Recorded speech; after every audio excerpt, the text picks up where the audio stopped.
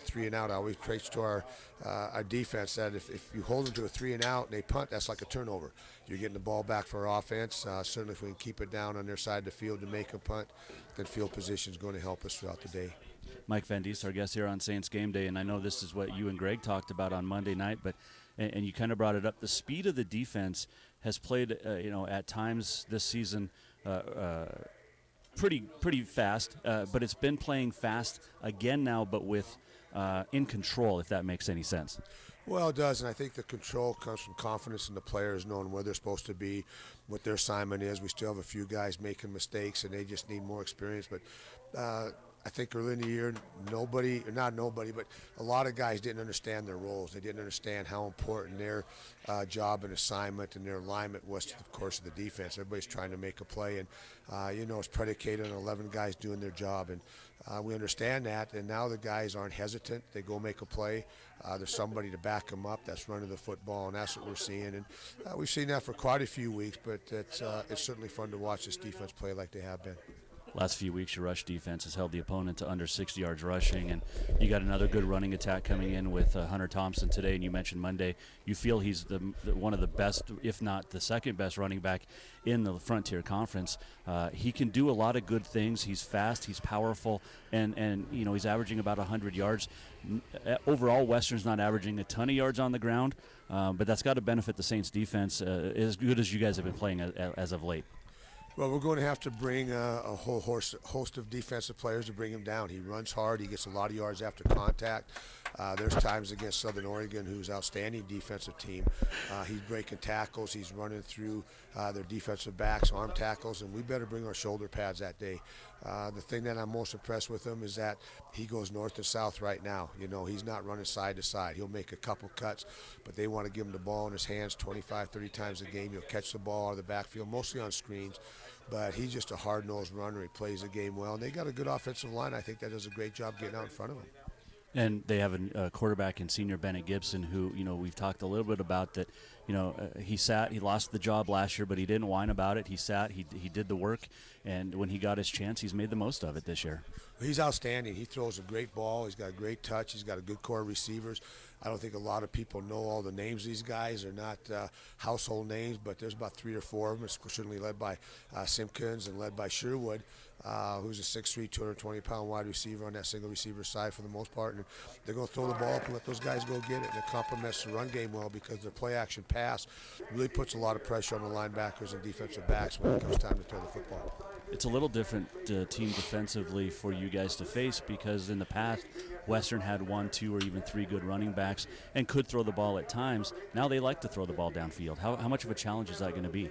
Well, it is because they're going to throw the ball on first down. They got a great tendency to throw the ball about 65% on first down, and again, it's off a play-action pass, so you can't just sit up there on the line of scrimmage and put 9 guys in the box and stop Thompson. Everybody's got to do their job. Our defensive line, as you mentioned, have been playing well and getting a lot of pressure. We've got to continue to do that and roll some guys in and out of there. We get Peyton Sexy back, which is going to be a big plus for our defensive line. We haven't had him for the last 2 weeks.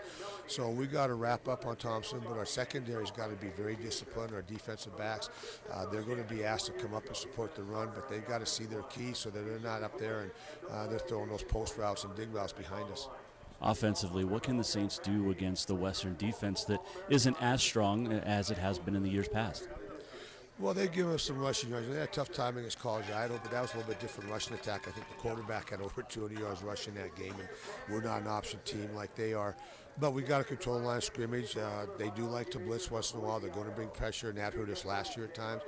So we got to continue to get our feet under us on a slick field. We've got to keep our feet driving and let the running back pick his holes. I think it's going to be a very important day for Major Ali to have a big game. I don't know if teams can run side to side on a field like this, but we got to go downhill and run at them and try to get yards in between the tackle boxes. And then we got to be smart with our play-action pass. Reese has done a great job securing the football, not turning it over the last couple of games. We got to do the same thing this afternoon. I was going to mention no turnovers the last couple of weeks, and you guys have been in the plus category as far as that is concerned. That's got to be refreshing to see interceptions, and again, like that we talked earlier, that fumble recovery from Tucker Johnson.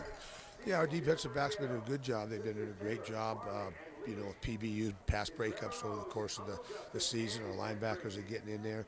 But we've got to create turnovers. We've got to get takeaways, and we've got to get the ball back to our offense. And, that's always a key is anytime you do that, that's such a momentum change.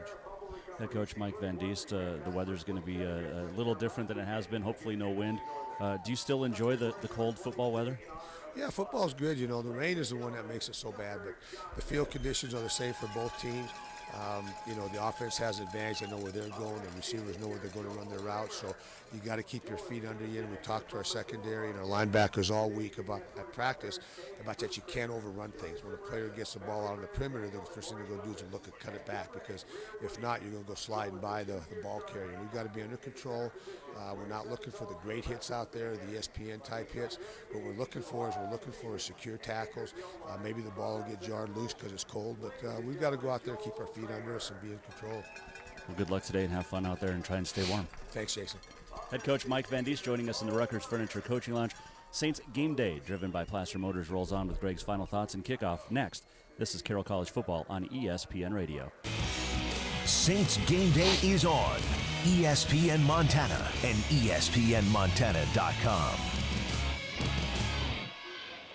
Style, innovation, and reliability. It's all part of the Subaru 2018 Crosstrek at Placer Motors. With EyeSight driver assist technology, more space inside, more high-strength steel outside, the Crosstrek is ready for the road. The Crosstrek takes you off-road too, with increased cargo space and a bigger rear gate opening.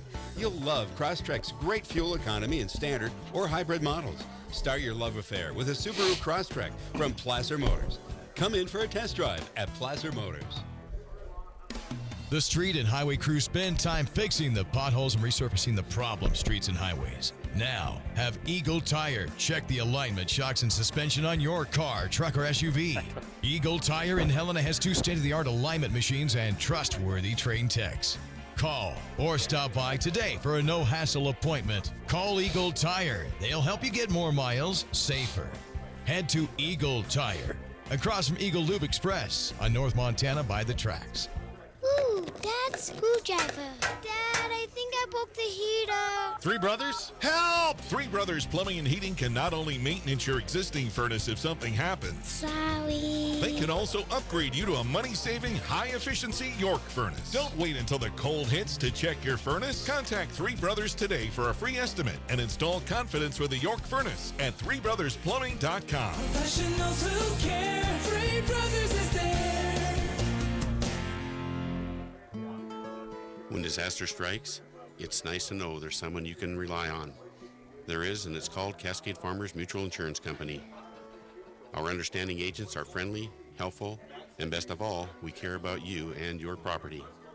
At Cascade Farmers Mutual Insurance, we are Montanans insuring Montanans.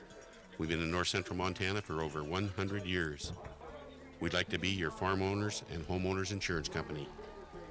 Call us today for your peace of mind. This is Fighting Saints football on the voice of the Saints, 94.9 ESPN Radio and ESPNMontana.com.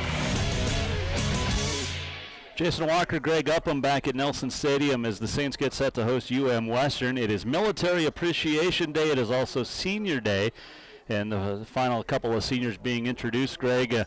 The weather right now, it's warming up. It's 16 with a feels like of 9. Now, when you played, did you prefer to play in short sleeves, or were you one of those that wore the long sleeves no matter what? It was. I played defensive end and defensive tackle, and so anything you wanted no clothing, because offensive linemen, I don't know if you're aware, but they do hold. They cheat. Yeah, well, they hold, and they cheat. Not as bad as receivers, but nothing on your arms at all. Nothing that they can grab. Well, I see a lot of the players, the wide receivers are going, it looks like, with sleeves. You've got the big boys in the trenches with nothing, sleeveless, except for the jersey, obviously, as the final senior being introduced. And, again, we talked about it's Military Appreciation Day today, and coming up at halftime, the newest Army recruits, they're heading off to boot camp next fall or next summer, will be swearing in on the field, and that'll be a fun time for those kids to get the recognition they very much deserve. Well, you'll be more interested in that part than anything, correct? I mean, My son Bob is signed up already, and he'll be heading off to the Army next June, heading out to South Carolina for boot camp in the middle of the summer in South Carolina. They told him you can go in at 184. That's your max weight. I said you're going to want to be as close to that as possible because of the humidity, and then not to mention it's boot camp, basic training. You're going to be losing a lot of that. yeah, it'll be the last time he sees 184. It might be 154. He's not even at 150 right now, so he's still got some work to do. We'll run through the seniors for Carroll throughout the course of the broadcast as a great senior class, 14 of them saying they're playing their final game here at Nelson Stadium. And we talked about it in the outset, Saints Game Day driven by Placer Motors. The field is in fantastic shape. Steve Jones and his crew did an amazing job getting the snow off. There's still, patches mainly between the yard markers, but it's going to be a great game, and looking forward to a fantastic football game between the Saints and the Bulldogs from UM Western. We'll take a final 2-minute break. We'll come back, get you set for kickoff, and a lot more of a great game. It is Nelson Stadium. It is the Saints and the Bulldogs, and this is Carroll College football on 94.9 ESPN Radio and ESPNMontana.com. At BMC's Design Center, the customer gets to choose.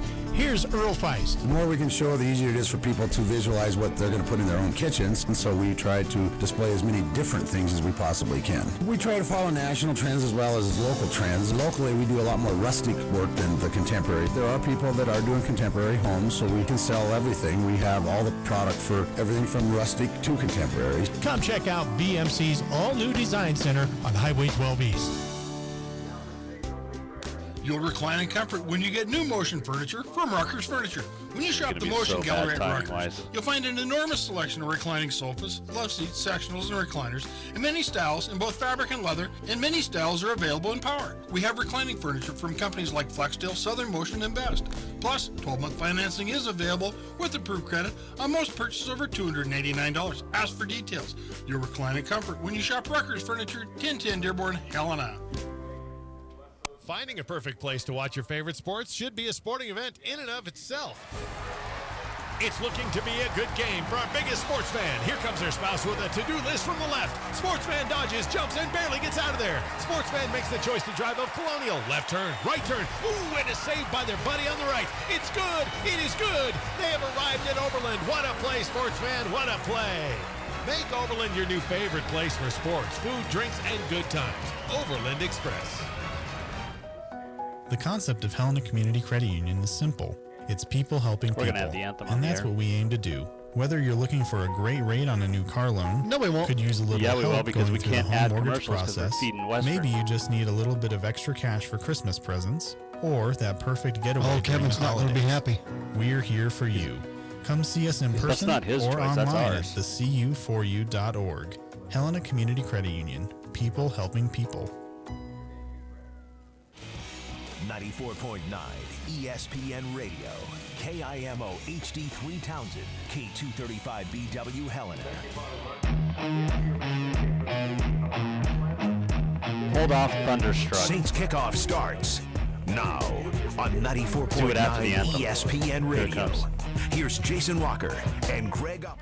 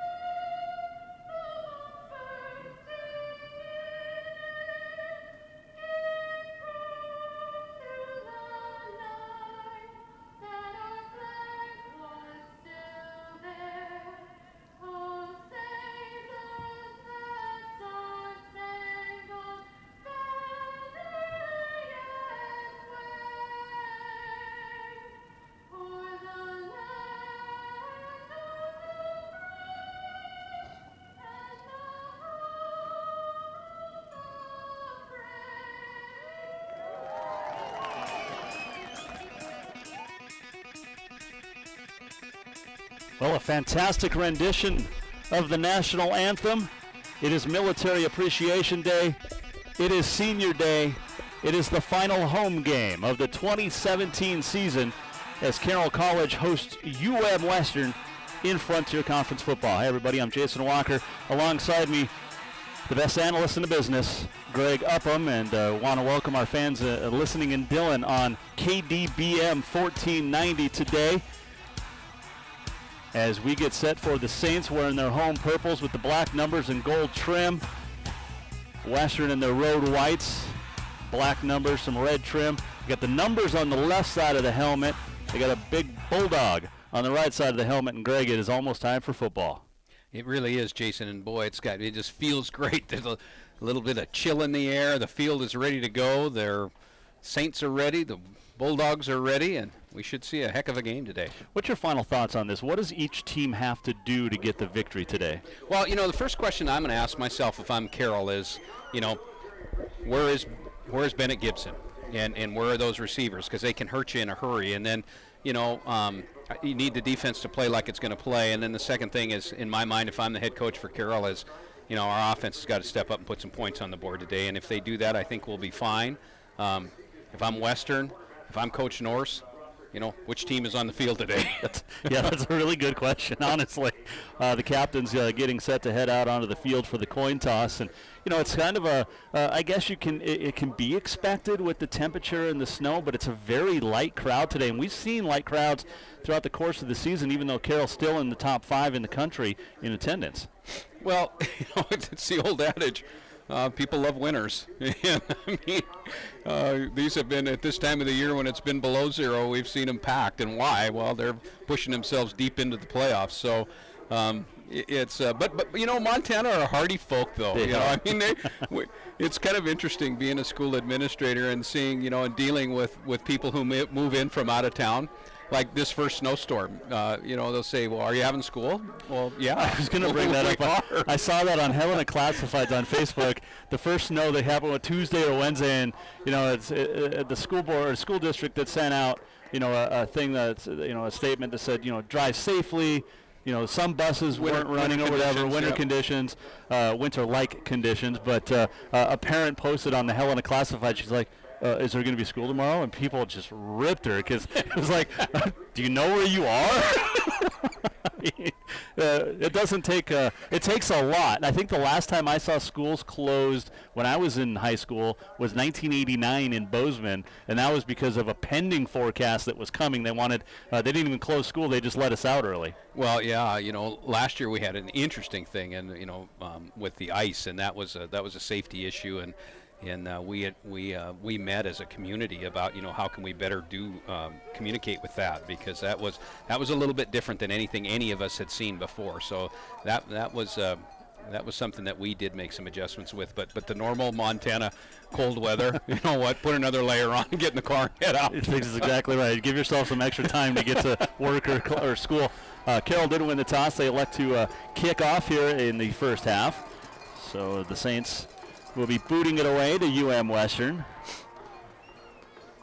Of course, also want to not only welcome our listeners in Dillon, welcome our listeners in Helena, across the state, across the World Wide Web on the ESPNMontana.com, but also Carroll Athletics YouTube page, watching and listening to our broadcast today. And I asked you about the short or long sleeves, and we've seen, through 8 games and now 9 with head coach Mike Van Diest. That gold shirt, he stands out on the sideline so the guys can recognize him.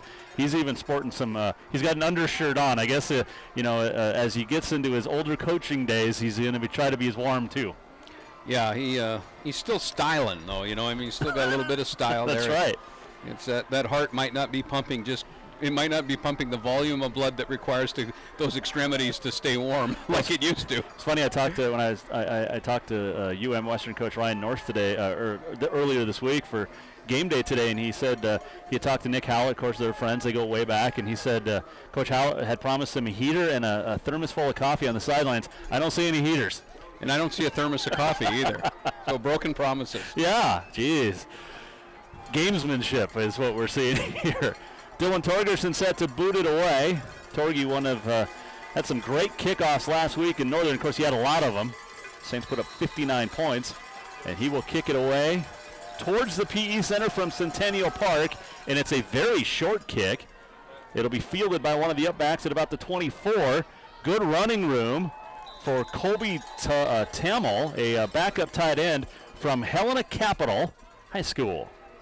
Redshirt junior, and Western with pretty good field position. You know, that's what we saw with Carroll last week in that win against Northern, was the Saints only ran 4 or 5 plays on their own side of the field. They had the ball in Northern Territory pretty much all day, and now Western starting off with good field position. 1st and 10 at the 38-yard line, moving right to left on your old-fashioned radio dial, and Bennett Gibson sending the troops out. 2 receivers to his near side left, 1 receiver top side right, and he's got a good receiving core. Carroll electing to be in a 40 front with a walk-up, stand-up outside linebacker. And they're jamming the box. 9 guys within 5 yards. There's a handoff to Thompson. Breaks the tackle to the line of scrimmage. He'll plow his way up to about the 45, so a gain of about 7 on 1st and 10. It'll be 2nd and 3. Probably the biggest run from scrimmage we've seen in the last 4 weeks, Jason. That was 7 yards on the outside. And you can see the defensive line and linebackers trying to get their feet in. So the turf may not be in quite as good a shape as what they said earlier. There was a little skidding going on there. Well, and you could see Thompson a little careful on his running there on 1st down. It's 2nd and 6 officially. Handed off to Thompson. They fake or do a reverse pass back to Gibson. The pass down to Thompson off of his helmet. So it's some trickeration, and it ends up, not working. And it started off because of Nate Simpkins' pitch back to Thompson or to Bennett Gibson, and Gibson dropped it. Still got the pass away before he took a good shot, and then Thompson just dropped it. Yeah, it was a double reverse flea flicker is actually what it was, and they had 2 open receivers, and just couldn't get his grip in time. Took a little too long to develop. So 3rd and 4 from the far right hash mark at the 44. This is where we'll probably see their tight ends trying to create a little bit of a mismatch. Gibson from the gun, hands off to Hunter Thompson, but flag comes in, and a false start, so it'll move it back 5. It'll be 3rd and 9. And that'll change the play call a little bit. But, it's a different Western team than we've seen in years past. They have no problem throwing it vertical. No, they really don't. And what a great call this early in the game. And the reason why is because Carroll's been playing the run so hard. They really have. So those safeties are nosing up there. And I'm sure they saw that on film. If you see Tucker Johnson and McBride Galt stepping forward even 1 step, it creates a horrible trying to coverage problem when you got 4 verticals coming at you in a hurry. Ref blows the... trying to communicate to the booth. He wants more time on the clock. We're just underway. There's 14-12. It is 3rd and 9. Now you see him, excuse me, Jason, but you see with no back, now you see the tight ends that we had talked about early in the broadcast sitting split out wide. So we'll see if they try to create that mismatch that they've had all year. You got 5 wide receivers, 3 left, 2 right, or 5 receivers split out anyway. And Gibson. 45 seconds gone by here in the first quarter. 3rd and 9 after the false start. Back to pass. The senior throws incomplete. And his intended receiver, Walker McKittrick, had slipped down. The ball was a little bit over his head, but good coverage anyway by Drew Melton, and forces a punt. Yeah, nice coverage. He kept the receiver in front of him, and actually he's in a zone turn, which makes it much easier for a defender to play. Zone turn basically tells the corner that he can turn and look at the quarterback, and he had the receiver in front of him, could see the vision and through the quarterback, so he just jumped the route and did a nice play. So Western will punt it away. George Sherwood, the punter, pulls the snap down, gets the kick away, a little wobbly. Ryan Bollier is going to let it bounce, and it takes a Western hop, and then he picks it up back at the 25 and then is dropped 5 yards behind that. So, again, an interesting decision from Bollier. We've seen that all year.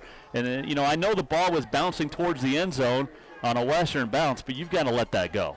Yeah, it's he has no fear. I would imagine in another life or maybe in the summertime he's a skydiver or a cliff diver or something like that. So the Saints will take over 1st and 10 at their own 15, moving left to right. Ball in the near right hash mark. As they move from the scoreboard to the PE Center. And it's Reese Heibel, the redshirt freshman from Afton, Wyoming. Back to pass on 1st down. Has Ryan Walsh out of the backfield. does a nice job to stay in bounds because his momentum was pulling him towards the Carroll sideline, but enough to pick up the first down across the 25 to the 27. You know what's interesting about that, Jason, was there was no one covering him, and all it was a back out. And Ryan Walsh is dangerous as a back out, and I'm really surprised that there was no one there. No linebacker, no corner, no safety, nothing. Now Major Ali into the backfield. 2 receivers split out top side left, 1 near side right. They'll send Dawson, the tight end, in motion from right to left. Hand off to Ali, comes right side and gets hit. Gain of 3 up to the 30. Working that right side again, and they've had good success running behind Chris Empter, and they're not going to. There's only one more week they get to see his backside, but boy, what a career he's had, Jason. Yeah, unbelievable. Wow. Started as a true freshman. And I don't think he's missed a start in all this time. Starting as a true freshman is one thing in the skilled areas. I mean, that means you have speed, but the physical size to handle an offensive line, wow. Yeah, the big boy from Livingston, Montana. 2nd down and 7. 12:45 to go in the first quarter. Pass intended on the near sideline for Chase Fossum, and it'll be incomplete. Fossum maybe ran the route a little too far, and Heibel just missed the throw, and it's now 3rd and 7. Last week, this is where we saw Troy Arnston come into the play. Now, you see him going into the game. I don't know if he'll go in as a wildcat, but they'll want the ball in his hands on this conversion down. So he's going to split out wide to the left, along with Shane Sipes, Dawson, and Fossum to the near side right. Walsh in the backfield with Heibel. Looked like both were up to the line, audibleizing there. They both step back, and now here's the snap. Heibel across the middle, pass complete to Fossum at the 50. Fossum all alone at the 30, the 20, the 10, the 5, and he's tripped up at the 4-yard line. Good hustle coming back to make the tackle, trying to get the number. I'll tell you what's most impressive about that play, Jason. It was a decision by Heibel. He had 2 looks. He looked off the seam route, which was Fossum, and the safety settled on the corner coming at him, and he just drew him off. That is a quarterback that's growing up. That situation right there was all decision by the quarterback. So nice job by Nick Hollett getting Reese Heibel ready to play. And a nice job by Zach Janus to come back and make the stop at the 3. 1st and goal, Carroll. 12-12 to go here in the first quarter. Heibel now up under center. He'll turn and hand it off with his left hand to Major Ali. And he got tripped up at the line of scrimmage, maybe got a yard. 2nd and goal coming up. And if you're Carroll in the psychological parts of the game playing Western is up and down, right? So what do you want to do? You want to score real early. It's cold out. They're on the road. Get a couple scores in and then see which teams they have to play. It'll be 2nd and goal from the 2. 11:40 to go here in the first. No score, but Carroll threatening after the big pass and catch and run from Heibel to Fossum. Walsh in the backfield with Heibel. He'll take the handoff, try to go off the right side, and he'll be stood up and maybe lost a half a yard, but it'll be 3rd and goal coming up from the 2. I don't think they want to settle for a field goal down here in any way, shape, or form. So they're going to ask a lot from their offensive line. They're 1 yard and about 1 foot away from pay dirt. And I wouldn't be surprised if they don't get this, if they go for a touchdown here. It's late in the season. What do you have to lose? I'm just curious more than anything about where Van Diest is in his mindset. Well, they'll send Dawson in as a fullback in I formation. Max protection here. Heibel, handoff, Ali dives into the end zone. Touchdown, Carroll College. You got a fullback that size in front of him, and he just pushed his way through. Eric Dawson, it's a utility player. He's hard to replace, Jason. Yeah, for sure. Dylan Torgerson will come on the extra point. He's 22 out of 24 on the season. I think that's the biggest pass play from scrimmage that we've seen this year. I believe you're right. Have I been wrong much, Jason? A lot. Connor Polson down for the hold. The snap down, the ball down, the kick is on the way, and it is good. And the Saints strike first. 10:45 to go in the first quarter on the Bud Light scoreboard. It's the Saints 7, the Bulldogs nothing. Back in a minute. This is Carroll College football on ESPN Radio. It's hard to stop a 40-mile-an-hour pass across a football field. It's hard to stop a 200-pound linebacker. It's hard to stop a Saint. And it's hard to stop a trained furnace or air conditioning system from Intermountain Heating and Air Conditioning, your independent trained dealer. Intermountain Heating and Air Conditioning is a proud radio sponsor of the Carroll College Saints. If it's time to upgrade your furnace or air conditioning system, call Intermountain Heating and Air Conditioning today at 449-4567. And go Saints! Boy, Fossum was running for his life there, too. He actually showed more speed than I thought he had. That corner was slower. We haven't seen it. Yeah, that was a great. It was really a great play by Reese Heibel. I mean, they did a crossing route, and he just pulled that safety off for enough. Good customer service. If you're looking for trouble-free IT, you need Morrison Merrily Systems today. For details about Morrison Merrily Systems, visit us at getsystems.net or call 866-401-4846.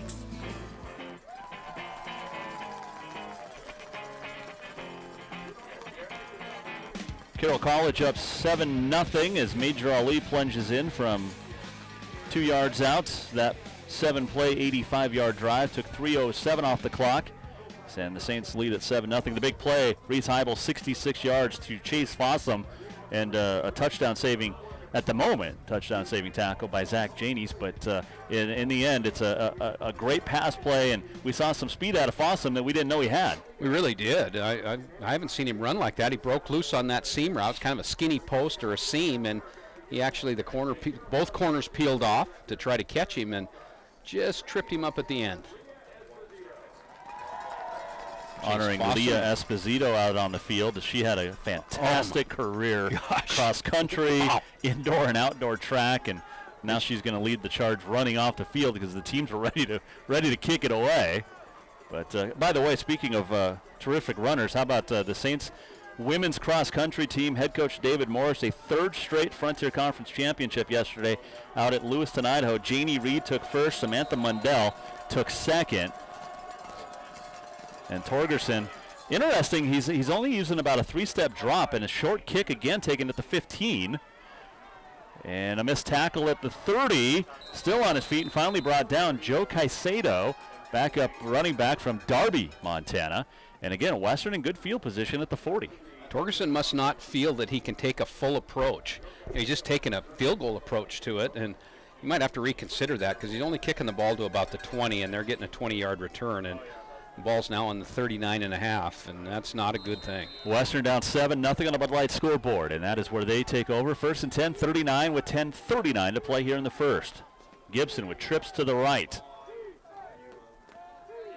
Hunter Thompson in the backfield takes the handoff, faked left, cut it up right, and I tell you what, if he had stayed to the left, he would have had a lot more yards than the 3 he picked up. Yeah, I couldn't tell who the defensive end was there. Or the outside linebacker did a really nice job of squeezing that down. And, Van Diest has been talking about leveraging, and you could see it there. It looked like there was a seam open, but the outside player just squeezed that lane and let the linebackers catch up. By the way, if you're sitting in the stands listening or watching on the Carroll YouTube page, number 20 is Tucker Johnson, not wearing his normal 34. Thompson takes the handoff, brought down by Parker Bernhardt just across the 45. So third and about 4 coming up for the Bulldogs. But again, Tucker Johnson wearing 20 and Griffin Lee wearing 34. They switched numbers for the day. Yeah, I'm not sure why. I don't know if that's some kind of karma thing going or. Well, in 34, Griffin Lee, normally Tucker Johnson, but Lee is wearing the 34. I did see it on the sideline. Yeah, normally players don't give their numbers up for anything. Tucker in his safety's position on 3rd and 4. 9.5 to play in the first quarter. Saints up 7-0. Fake the handoff to Thompson. Gibson rolls out to his left. He's going to dump it off to the tight end, who's going to be stopped shy, about a yard shy of the first down. Didn't see who made this tackle, but he's about a half a yard shy, actually. And that was David Peterson, the former Capital product, who played so well last week, and it will be 4th down. And you could see Gibson on the field. He didn't look real comfortable moving to his left and having to stop and throw. Got his big tight end Ryan Sullivan, and he's again about a half a yard shy. Now they're going to mark it a full yard shy of the first down. So 4th and 1 from the 48 for the Bulldogs. They need to get to their own 49 to pick up the first down here with 9 minutes to play in the first quarter, trailing 7-0. Gibson awaits the snap. Handoff, fakes the handoff to Thompson, and Gibson dives forward for the first down. David Anderson said his knee was here, but the ball was at the 50, so it's a first down for the Bulldogs. Yep. Big decision there by Coach North, especially going down 7-0 at half, in that first quarter right away. But it's the end of the season. Why wouldn't you? Yeah, try everything you can. Melvin Walzer splits out to the near side left, 2 receivers, top side right. And pretty dedicated to their running game early in this game, Jason. They have not rolled out and thrown the ball much. Fake the handoff. Gibson's coming near sideline deep for Walzer, and it's out of his reach.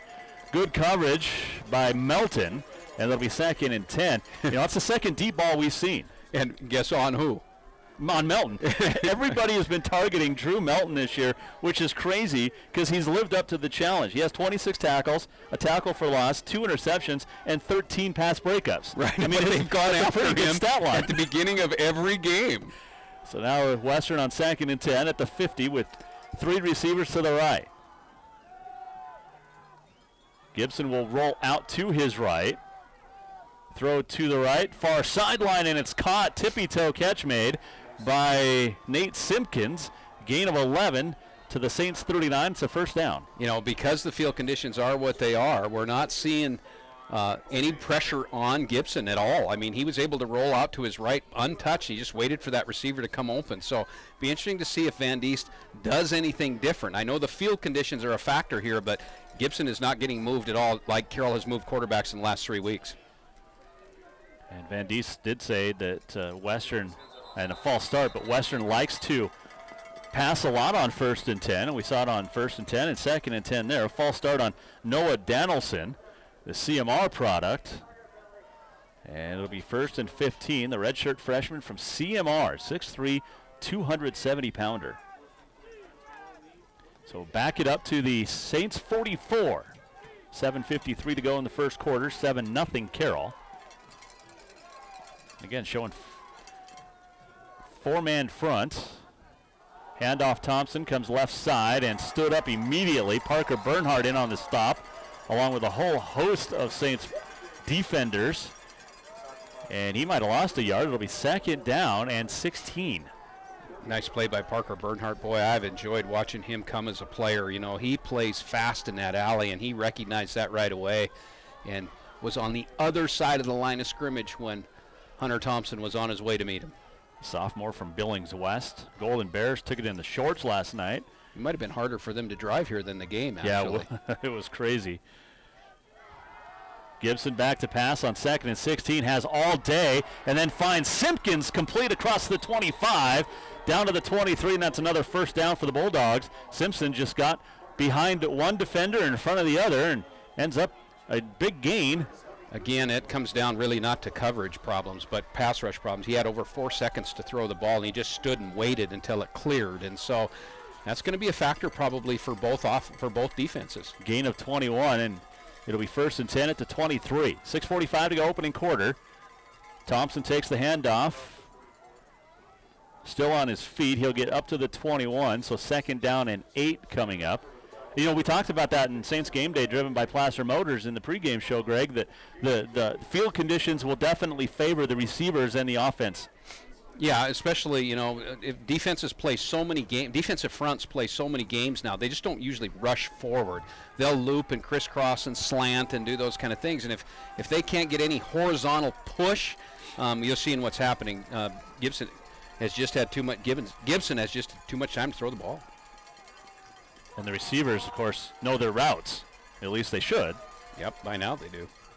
Gibson, handoff, Thompson again, off the right side this time. He'll get up to the 20 and brought down at the 18. So 3rd and about 5 coming up for the Bulldogs. 5:50 to play here in the first quarter. Montana State at home today at Bobcat Stadium. A late non-conference game, taking on number 25 Kennesaw State, and the Owls leading the Bobcats 7-0. The average temperature at Kennesaw was about, I think on the news it said 7. Yeah, but you know what?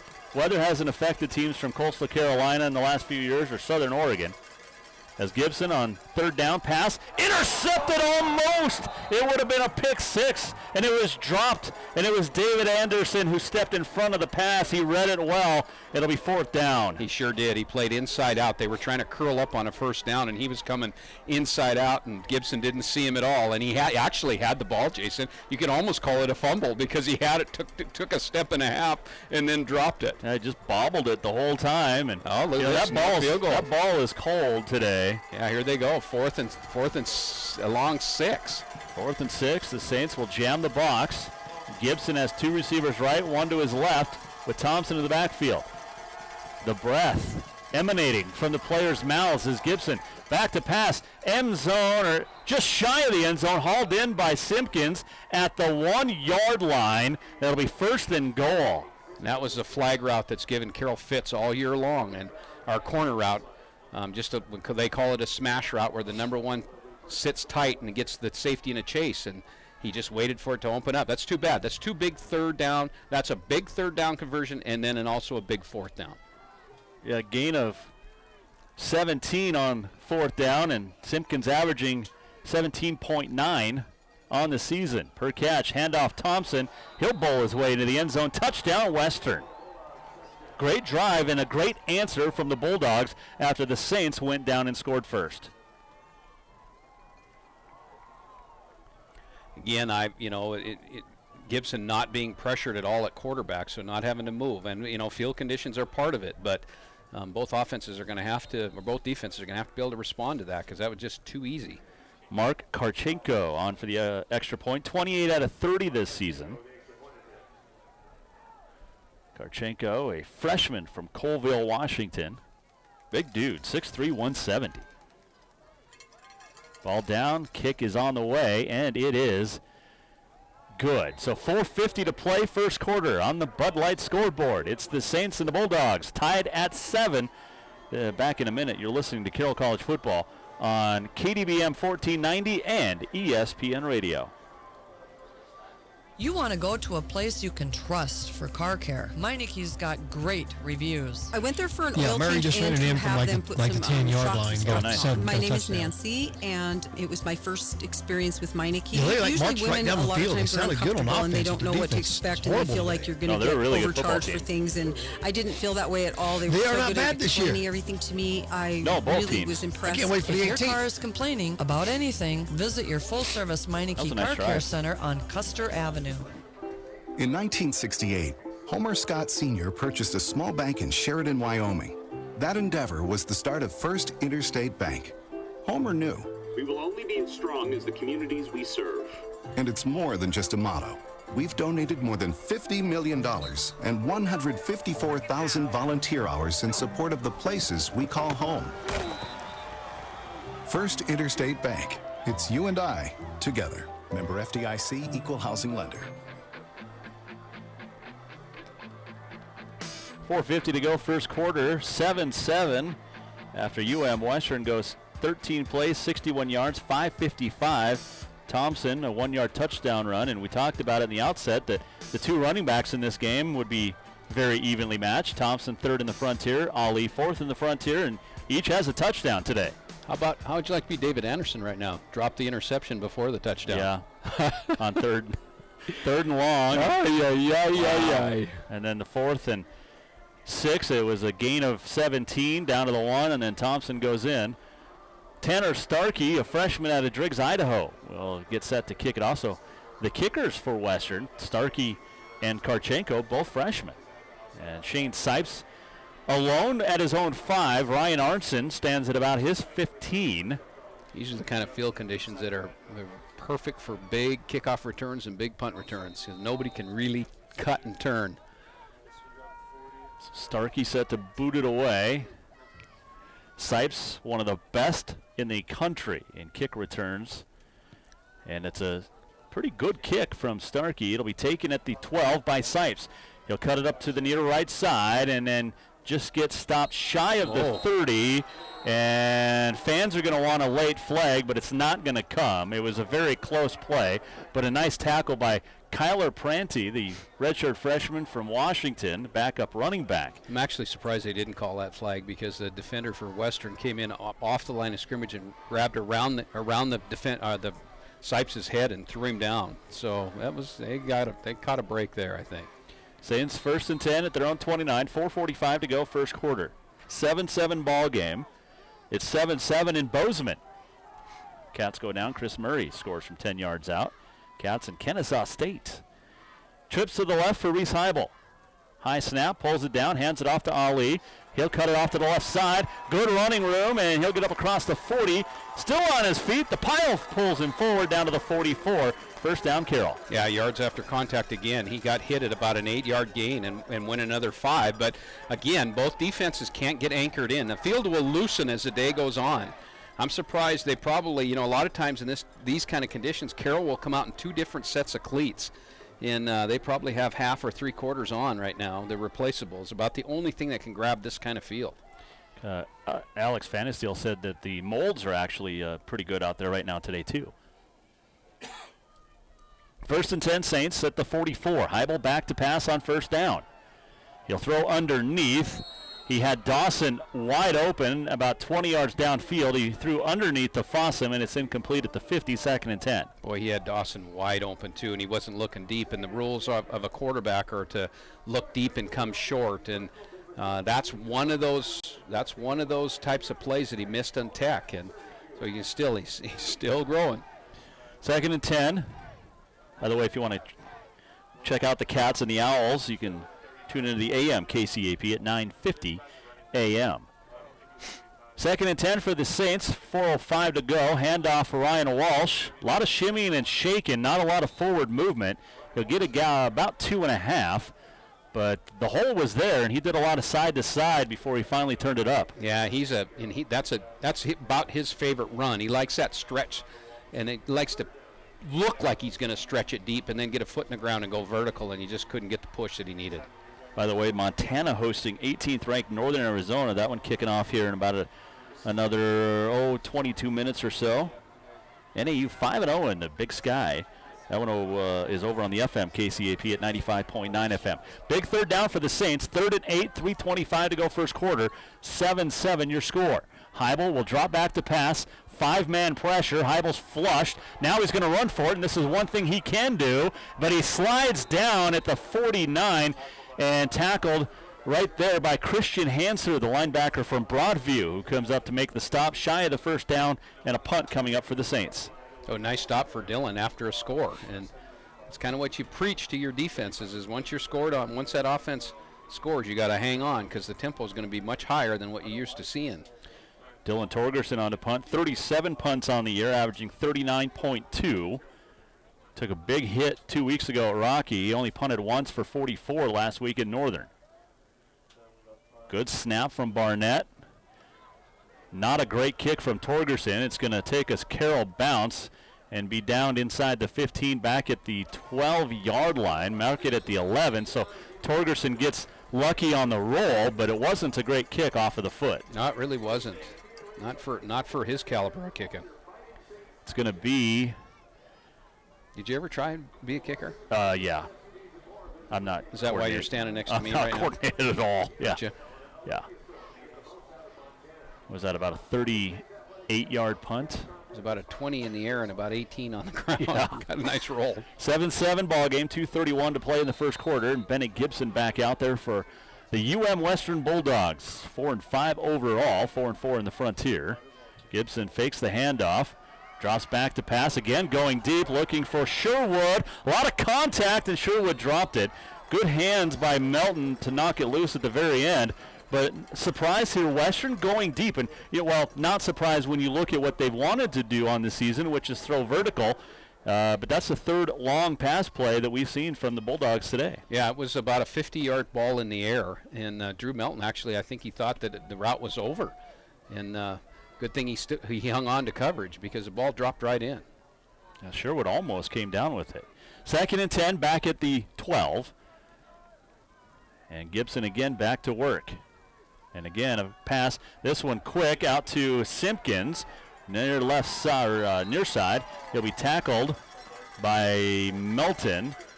Gain up to the 19, so mark it 7. It'll be 3rd and 3. It's a nice pickup, about 7 yards on just a simple little bubble screen, and melting through the defender or through the running back or the receiver forward instead of backward. So could have probably held on about 2 or 3 yards after that. 3rd and 3 for the Bulldogs. Just under 2 minutes to play here in the opening quarter. 7-7 ball game in Helena. These teams battled as the handoff to Thompson. He'll get the first down, still on his feet, and finally thrown down across the 25 to the 26-yard line. You know, he is powerful, he is strong, and he's shown it there, the 5'11", 210-pound senior from CMR. Of course, he played for Jack Johnson. What a great career Coach Jack had up in the Electric City. Boy, I guess. 40-plus years. 13 state championships. Yeah, that's not bad. 80 seconds to go in the quarter. 1st and 10 for the Bulldogs at their own 26. Gibson again back to pass. Pressure comes. He takes a shot. Completes the pass, though, downfield in Saints territory to Melvin Walzer at the 42. I think that was Walker Ray that drilled Gibson, who got right back up, though. Little bit of a limp as he jogs down to meet the rest of his team. Boy, he took a shot, didn't he, Jason? I mean, just when he was releasing the ball. And you know what Van Diest is saying is that it isn't all about sacks. It's about getting to the quarterback and disrupting whatever you can. But Western woke him up. This might be the team that plays to win. 1st and 10. Walker Ray, the senior from Nampa, Idaho, hasn't seen a ton of playing time this year. But 1st and 10, Western at the Saints 43. Handoff Thompson, slips a tackle behind the line of scrimmage, and then gets up to the 35, just across the 35, a gain of 8. We're seeing the footing probably get a little bit better since they've been playing on it, and he had a nice kind of, they don't run him really vertical. What they do is they let him kind of run out to about the C and D gap and then let him cut from there. So a little different, a little different run game. Could be the final play of the first quarter with 15 seconds to go. Gibson on 2nd and 2. Thompson stands to his left, takes the handoff, runs to his right, tries to turn it upfield, and he'll actually lose about a half a yard. Good pursuit there by the Saints defense, and that will take us to the end of the first quarter in Helena. On the Bud Light scoreboard. Well, hold on, we got a penalty. Chop block on the Bulldogs. Ooh, that's a big, tough penalty, too. That's 15 yards from the point of the foul. So it'll be 2nd down. 1 second left on the clock. The clock, they haven't even marked the yardage off, so it'll move it back to the 50. You know, interestingly enough, in the first quarter, Jason, it's not the run game that's given Carroll problems in this quarter. Well, it hasn't been the run game that's given them problems the last few games. Yeah, it's just exactly kind of what we thought with Bennett Gibson, and he's kind of found his rhythm here. The accurate passer. So there we go. Now they start the clock, and that finally officially takes us to the end of the first quarter. In Helena, on the Bud Light scoreboard, it is the Saints 7 and the Bulldogs 7. Back with the second quarter in a minute. You're listening to Carroll College Football on ESPN Radio. Smitty's Fireplace Shop has been bringing quality products and service to Helena for over 47 years. Smitty's invites you to browse through their expanded showroom. Look at the burning displays Drives of me wood nuts pellet, when gas, Turcotte take and their wood headsets stoves off in without both turning the volume freestanding down. and fireplace insert models. This year may be the right time for you to consider an alternative heating source. At Smitty's, you're certain to find the one for your home. See them today for some great alternative ways to efficiently heat your home at Smitty's Fireplace Shop, 4373 North Montana. ESPN Radio and ABC Fox would like to say congratulations to the 2017 Mattress Firm Student Athlete of the Year, Kelsey McEnany of Big Sky High School.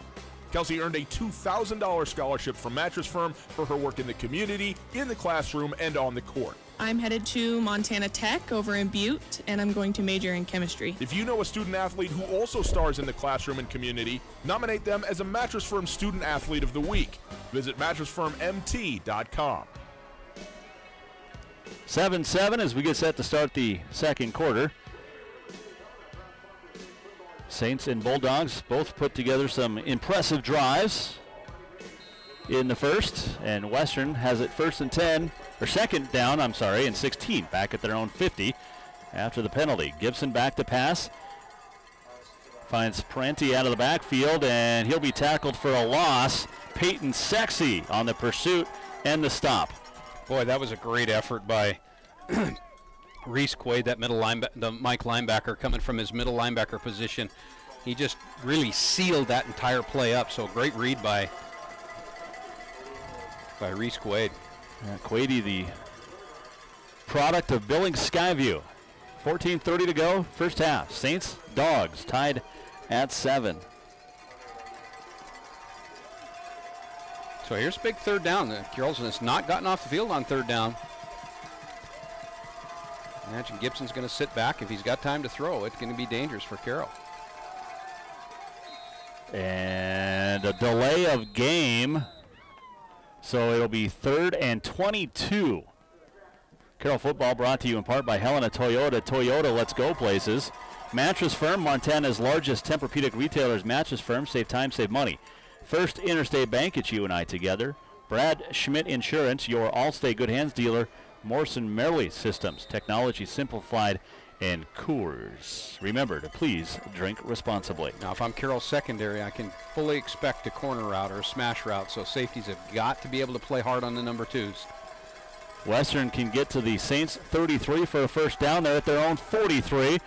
Pass to Planty out of the backfield. He's just going to race for the sticks, breaks through one tackle, and then finally thrown out of bounds, and a late hit comes in on the far sideline, and that'll be a first down for the Bulldogs after Planty had got to the 41, and I think it was Drew Melton or maybe Parker Bernhardt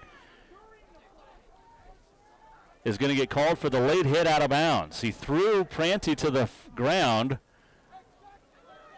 and it's interesting because the Saints fans are going to argue that the same thing should have happened to Sipes on a kick return, and I know that's what you're going to say. But interesting, apparently Planty was a little too far out of bounds for that to happen. So it's first down Western up at the Saints 27. So a big break for Western there. I don't question that call a little bit, but it is what it is. Gibson on 1st and 10. Draw for Thompson, and the Saints read that one beautifully. David Anderson, Alec Bastarachia. Now one of the things that Carroll has done, to be sitting on top of the frontier with the number 1 defense in situations is they've played themselves out of some difficult situations. This one is one of them. The ball on the 28-yard line going in, and so second about 11. So we'll see if they can play themselves out of this. Chase Bowen, a sophomore, in on the stop as well. Second down 11, back at the 28. 13 minutes to go, first half. 7-7 the game, or the score. As Gibson, they set up a screen, and again, the Saints read that one beautifully. The pass complete to Jamison Hermanson, redshirt freshman from Great Falls High. But the Saints chase Bowen again. A couple of nice plays for the backup from Idaho. Well, Van Diest likes when Bowen's on the field because he gives him another element of speed, and we saw it there. That's just the old Grizzly middle screen where the number 1 on the outside catches it and runs back inside. They're trying to get those big bodies on little bodies. No, that's 2 plays in a row we haven't seen a lot this year. A true draw play and then a screen. We haven't seen a ton of that from any of the opponents or Carroll this season. 3rd and 10. Gibson has time. Now flush, rolls to his right, directs traffic, throws to Thompson, and it's incomplete. And it'll be 4th and 9. For the Bulldogs with 12-12 to play. Yeah, it's 4-down territory too. I doubt if we'll see a I don't know if we'll see a field goal attempt here. Well, they're changing. Well, Karchenko's only 6 out of 10 on the year on field goals. I'm surprised they went for 4th and 2 at midfield, but now they're going to come out and attempt a field goal. This will be about a 43-yarder. About a 44-yarder. Not much breeze. Sean Miller, backup quarterback, the holder. The kick is on the way, and it is good. He just sneaks it over the upright. That was a 43-yarder, and he went 43.5, and Western's on the board with the lead. He just snuck that one over the upright with 12:07 to go. on the Bud Light scoreboard second quarter. It's now 10-7 Bulldogs.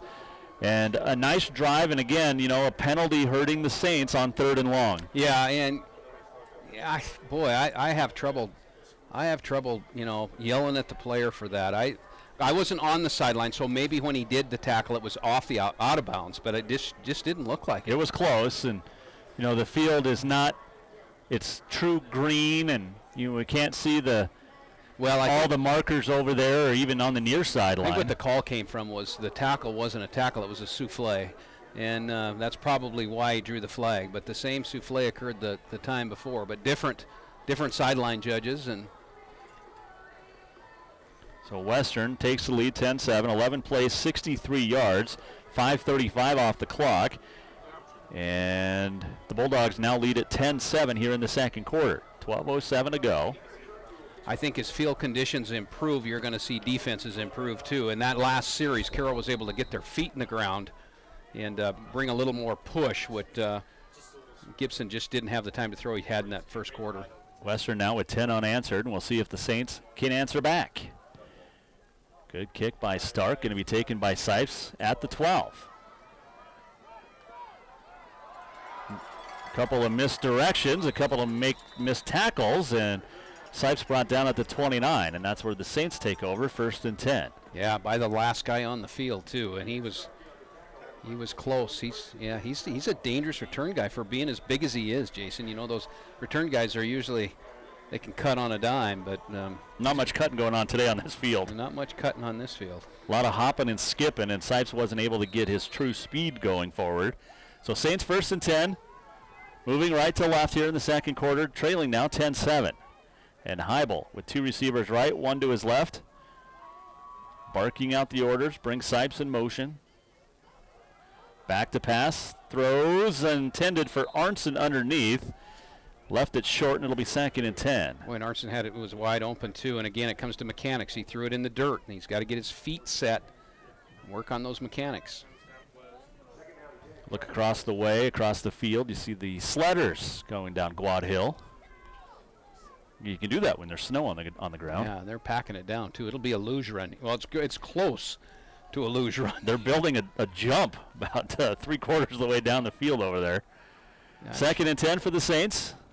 We'd call it an orthopedic jump. Yeah, I wouldn't. Ooh, wipe out before the jump. Here's the handoff, or fake the handoff to Ali. Pass now near side Sipes, trying to get running space, and he's maybe got a gain of 3. He'll stay in bounds to the 32-yard line.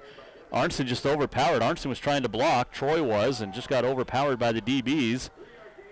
And it'll be 3rd and 7 coming up for the Saints. That's important for Carroll to get a first down here too, Jason, because that defense has been on the field most of the first and second quarter.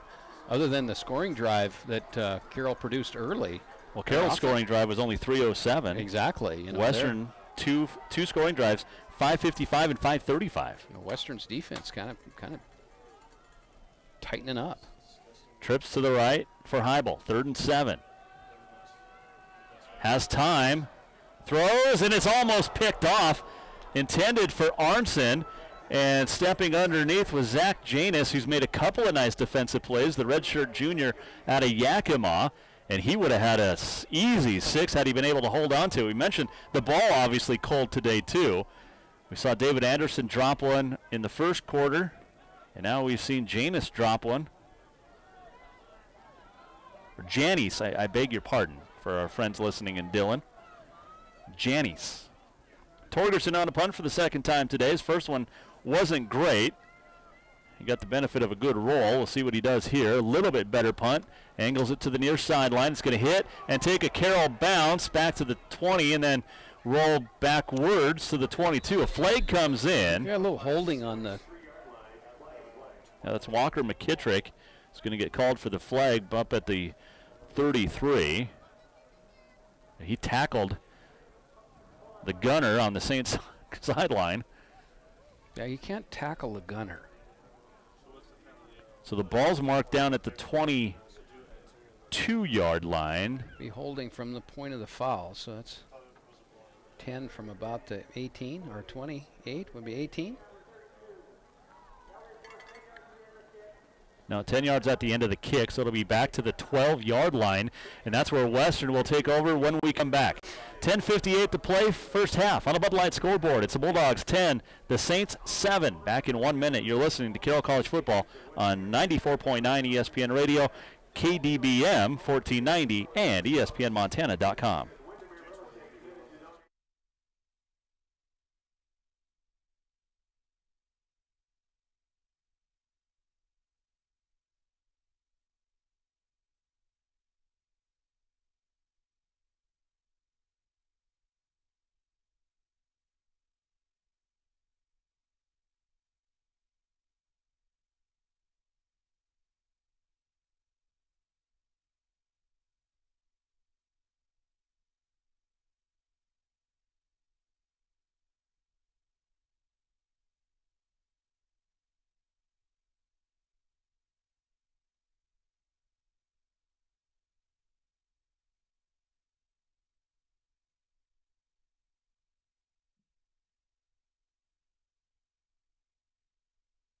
A turn for the worse.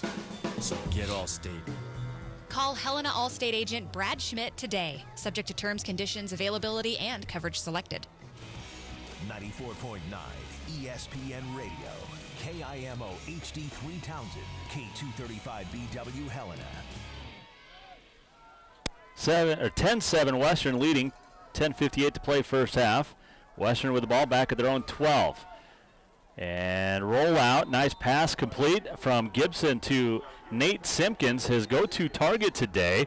A gain of about 15 up to the 27-yard line. Western really settling in on throwing the ball to their number 2 receivers, getting those safeties in a chase, and Carroll needs to make an adjustment because they're not even close. It's an easy throw and catch for Bennett Gibson.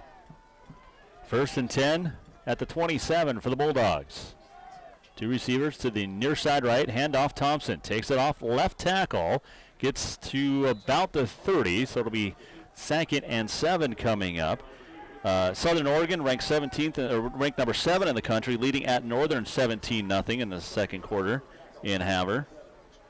And Northern's playing all 3 quarterbacks today. Tommy Wilson. You played him last week when we were there. Well, Wilson only played the last 2 snaps, but Dylan Cook and the other guys are slipping my brain right now. But all 3 quarterbacks playing for Northern, and they're losing 17-0. It's 10-7 here, 10 minutes to go, and Gibson on play action, trying to pass for Simpkins. Flags come in. We're going to get a penalty on Isaiah King on a pass interference. Yeah, I think he had his hand behind Simpkins, kind of holding on to him, and so you got a double flag there. So Carroll drawing quite a bit of linen on defense today. It'll be 1st and 10 Western at Caldwell, second quarter. College of Idaho 28, number 17 Montana Tech 14. How about that? How about that? Frontier Conference is only going to have 1 representative in the playoffs this year, and that'll be Southern Oregon, which with a win today at Northern will clinch the outright Frontier Conference title.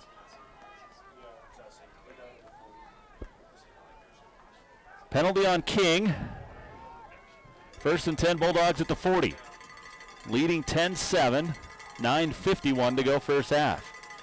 And Gibson again from the gun, and fake the handoff to Thompson, looking downfield. Middle of the field is caught by Walzer across the 50, finally brought down at the 41-yard line of Carroll. Another 1st and 10, and Chandler Arbizani, the senior, with the tackle. Yeah, what's Gibson's stats right now? He's good. Is he about 8 for 10? I mean, some of them big chunks. So again, he used a little play action that time to slow some of that rush up. He's 9 out of 15. And after that pass play, he's about 120 yards. On track to go 400 today if they don't slow him up. Well, he's averaging 272.9 through the air on this season after taking over for the injured J.D. Ferris. This time he's going to be dropped back at the 50. David Anderson in on the sack. He'll get credit for a half a sack, so And that's the second time they've gotten to him, and just a great push that time, but I think you got to credit the coverage. He held that ball for a long time, and Carroll's coverage was there. So I think Peyton Sexy in on the sack as well. It was a tag team sack for the Saints, a loss of 8 back to the 49. Again, if I'm Carroll's secondary coach right now, I'm telling the safeties, get tuned in because they're working you over.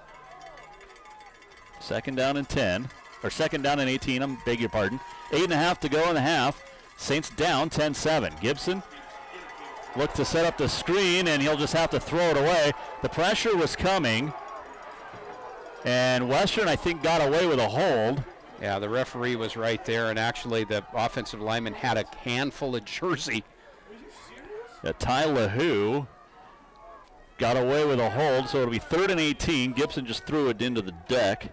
Well, here you go. Big third down. Western's been able to convert on these third downs. They've been, and the two factors are Gibson's had time to throw, and they've worked the number 2s hard on the safeties.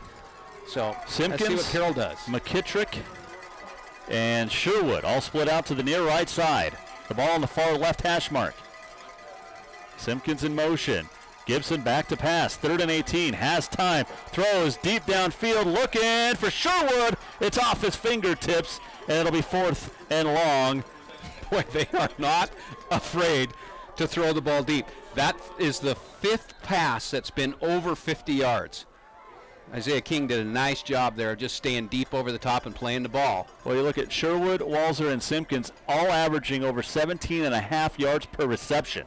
Yeah, they don't throw the ball horizontal much. It's vertical. It's kind of, if I'm a corner and a safety, I can expect big pass plays here. Sure. But, that tells the defensive front, too, Jason, that if they're going to throw the ball that deep, then they're willing to try to protect him for 2.5, 3 seconds. Sherwood on to punt. Bollier stands at his own 15. Sherwood just got it away. It's an end-over-end. Bollier fair catch signal at the 14. And that's where, actually, at the 15, where Carroll will take over when we come back. 8:09 to play, first half on the Bud Light scoreboard. It's the Bulldogs 10 and the Saints 7. Back in 1 minute. This is Carroll College football on ESPN Radio. This is the famous Bud Light beer. It's not easy to brew beer this easy to drink. It takes attention to detail to get something to taste this smooth, which is why Bud Light is tasted by brewmasters every step of the way. Hey, it's a tough job, but for you and your friends, it's worth it. Bud Light. We don't just brew beer. We brew beer for friends. Enjoy responsibly. Bud Light Beer. Anheuser-Busch, St. Louis, Missouri. Eagle Beverage is proud to support our Carroll College Fighting Saints. This is John Lagerquist with Century 21 Heritage Realty. This is what a couple of my clients have to say about me. John was a tremendous help in finding us a new home. He knew the market extremely well and matched up our needs and resources with a wonderful home. Then he did everything he could to make it happen. He was timely, professional, friendly, and courteous. I knew John could get the job done. That is why I chose him. I would use John again. I can work for you too. Call me at 439-0650. 8:09 to go, first half. Western leading Carroll 10-7. Jason Walker, Greg Upham. Back at Nelson Stadium. I know our friends in Dillon listening along, interested in this score. And there is no score because Sidney and Dillon have been postponed or delayed for a half an hour to clear the field in Sidney. So snow affecting the state, affecting the quarterfinals, the playoffs today. Wildcat Eric Dawson in, and he'll fake the handoff to Ryan Walsh. He'll cut it straight up the field. Dawson with a big run across the 25 down to the 28-yard line. Big run, gain of 13 for Carroll. He gets vertical and he gets fast, doesn't he? I mean, he's 6'1", what is 230, 240? Yeah. Yeah, and they held the cornerback, 5'10", 185. Do the math. 6'1", 235 out of CMR, Eric Dawson. Now Heibel back in on 1st and 10. 7:48 to go in the half. Saints down 10-7. 4 wide receivers, 2 right, 2 left. And Heibel will hand it off to Ryan Arnson. Off the right side, turns up the corner, gets across the 30, and brought down close to the 34-yard line. Good gain for Rai on first down. It's averaging about 7 yards a carry. There's a good 6. Arnson over 120 yards last week, of course, a 60-yard touchdown run. He's up to 327 now on the year on 50 carries. We'll make it 335 on 50 carries and a touchdown. Gain of 6, 2nd and 4. 7:05 to go. Send Walsh out of the backfield in motion. Arnson still back there. Or check that. That's Dawson. They hand it off to Eric Dawson. Breaks a couple of tackles. He dives across the 40. Another first down for the Saints to the 41. He just runs angry, doesn't he? He's just mad. He just always looks angry. He's like Alex Castens, the assistant coach that had such a great career here at Carroll, sitting to our left. Just nice guys, but always just intense. What if he just, if he's the kind of kid that you left in the car and you had to put a sign up like, kid in car Beware the bites. dog. This kid bites. Don't put your hand in the window. 1st and 10, Saints, 6.5 to play in the second quarter. Trailing UM Western 10-7. Ali back in there. Trips stacked to the left side of the formation. One receiver right. Fake the handoff to Ali. Heibel back to pass. And his arm got hit as he threw, and then it was almost intercepted. Went right off the hands of Jason Ferris, the linebacker from Dillon. But Heibel, as he came through, and I don't know if it was his own player that got his arm. He's had trouble getting rid of the ball in the middle of the field. He's had quite a few passes knocked down. Well, that one just somebody hit his arm. As Troy Arnson checks in on 2nd down and 10. A good drive going here, and the drive has really been sustained by running on 1st down, and they did a little change up there with nothing wrong, but just didn't get it caught. 2 receivers right, 1 left. Almost a couple of interceptions for Heibel, and that one is intercepted. He threw it short, and it's picked off by Kyle Schulte, redshirt freshman from Butte Central. A nice play by Schulte. He just kind of hung underneath that flag route and threw the ball a little bit too late. So we have not seen many interceptions out of Heibel in the last 2.5 weeks, but none. And actually, we're pretty lucky today because he's had one dropped earlier. So not quite dialed in yet. His 3rd interception on the season. Nelson Western back out there with 6:07 offensively, leading 10-7. Gibson with 3 receivers left. He'll hand it off to Hunter Thompson. Thompson trying to get it around the corner. He does. Stiff-armed one defender across the 35 and brought down deep in Saints territory by Tucker Johnson at the 34-yard line. And that's what Thompson has been trying to do all day. Turn the corner. He finally did. Yeah, they finally got the edge sealed, and he got it and was off to the races. A heck of a play by Tucker Johnson coming from his safety position. I don't think I'd want to be hit by Tucker Johnson. I'm telling you what, he brings it. I wouldn't want to be hit by either Tucker or Hunter Thompson. Wow. 1st and 10, Western at the Saints 34, leading 10-7. Again, the handoff to Thompson, trying to get to the left side. And had nowhere to run there. Parker Bernhardt comes up to make the stop. Same exact play. Just ran it the opposite side. That time, the outside linebacker stepped up. That's what they call sealing the edge, and that's what he did. 2nd and 12 now at the 36. Thompson up to 53 yards rushing after that 20-yard gain. Lost a couple there. With 5:10 to go in the half. Takes the handoff again off left side, and again nowhere to run.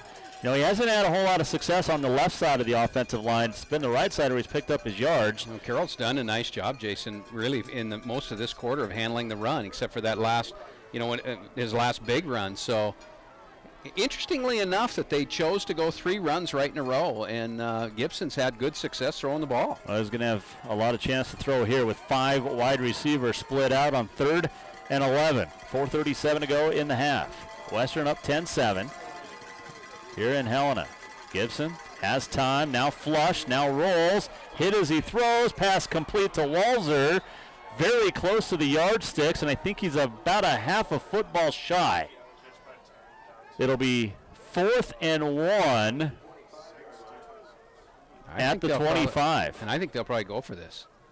I really do. Well, they went for it on 4th and 2 at midfield, kicked a 43-yard field goal the last time. Well, you see Ryan Norse going crazy on the sidelines. He's telling them, you better get this or you're not going to get on the bus going home. 4th and 1 at the Saints 25. Western needs to get to the 24, leading 10-7. Thompson in the backfield. Check that. That's Pranty. Prenti hit. He leans the ball out. It'll be close. He's not going to get it. It's going to be close. Nope, he's short. He's almost a full yard short. He got hit at the line of scrimmage. He tried to stretch, and the head official makes the call, first down Carroll. So the defense holds on 4th and 1. It's not where the ball is in that scenario. It is where the torso is. Prenti slipped in the backfield, and that cost him about a split second and gave the Saints defense time to catch up. So Carroll holds. It'll be 1st and 10 at the 25. 4:08 to play in the half, trailing 10-7. And Heibel back out there after throwing his first interception in 3 weeks with Ali in the backfield. Handoff to Major, up through the middle of the line, spins across the 30, down to the 33, a gain of 8. It'll be 2nd and 2. Yeah, what a nice little slip play for him, Jason. I mean, he gets in that A gap, and man, oh man, he gets through, and there isn't much room. And then, they think they've got a guy on him and gets his hands on him, and they just can't bring him down.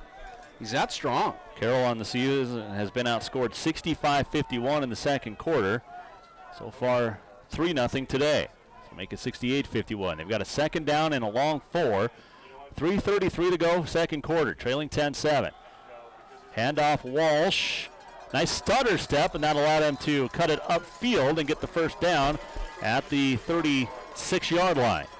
Carroll doing a nice job establishing the run. 3:22 left in the half. They're on their own, or on Western's 38. So see if our 36. See what they can do here. Saints trailing 10-7.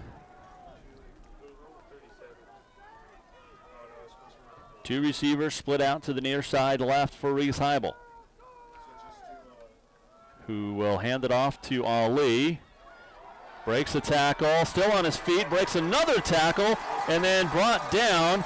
Enough for a first down as Jay Owens, the senior from Missoula Big Sky, makes the stop after a gain of 11, but it's a first down for the Saints. Well, I'll tell you one thing that's happening with the offensive line, Jason, is you notice that as soon as as soon as Major Ali, they get a hand on him, the offensive line does everything they possibly can to push the pile because they know he's going to stand whoever's tackling him up.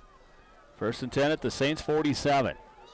2:35 to go here in the second quarter. 10-7 Western.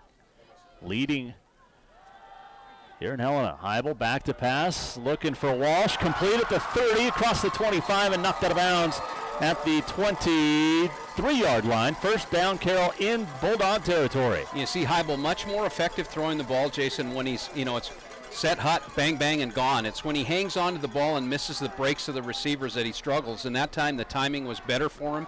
Got the ball delivered, so a nice throw and catch. First down, Saints at the 23, trailing 10-7. The difference in this ball game right now, a Mark Karchenko 43-yard field goal. 10 minutes ago on the clock. So we hit the 2-minute mark of the first half. Heibel back to pass. Short, complete, out of the backfield, Walsh to the 20, a gain of 3. Carroll electing to throw that back out. That's the second time he's been uncovered, so obviously Western just saying we're going to give you Walsh right now and we're not going to cover him, and I think that's a mistake. It'll be 2nd down and 7. The ball's on the 20. 1:54 to play here in the half. And we haven't seen Troy Arnston in any capacity like they used him last week. Except right now. Yep, I thought it was. They'll split Heibel out to the wide right. Arnston with Ali in the backfield. He passed for a touchdown last week. He'll run it this time. Off left side, got Ali as a blocker. Troy stays on his feet and gets out of bounds at the 18. Mark him, right at the 18. So 3rd and about 5 coming up for the Saints. What they want with him out of that Wildcat is they want him in space. They want him to get through the line of scrimmage and then just skip and shoot whichever direction he can go.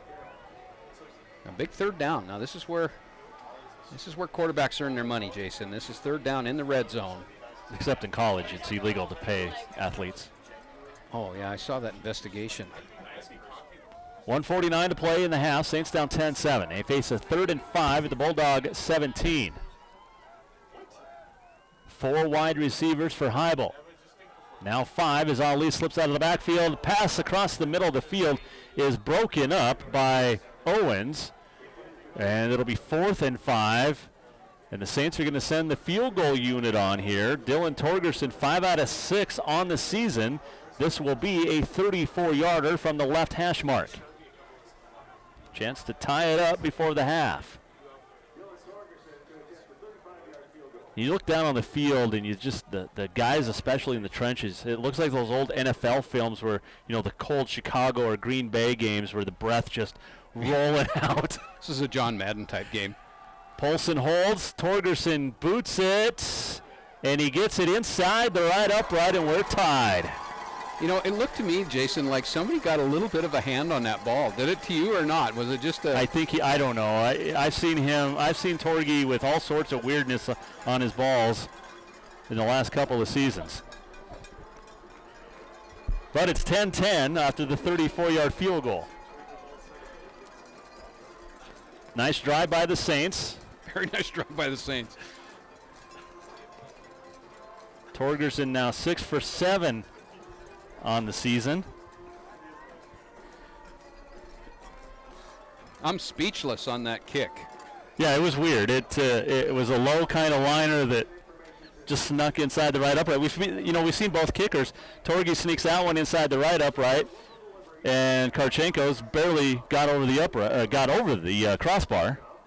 8 plays, 56 yards. It's a nice drive by Carroll there, Jason. I mean, and they were able to get it going by running the ball. You know, they didn't rely on the throwing the ball because I think once somebody turns the ball over, they're in the doghouse with Van Dies. So that last interception, I think, he probably went down to Nick and said, well, the ball will not be in the air for quite a while.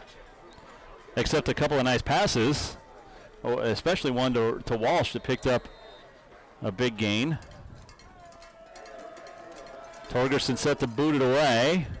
Again, using the 3-step drop, taking it the 11. That looked like Joe Caicedo with the return. So 94 seconds to play in the half. 10-10 ball game here in Helena. Yeah, and Western with all 3 timeouts, Jason, and Gibson having a great first half throwing the ball. Well, they remind me of Southern Oregon. They have no problem throwing the ball deep. Gibson, 10 of 18, 129 yards on the day.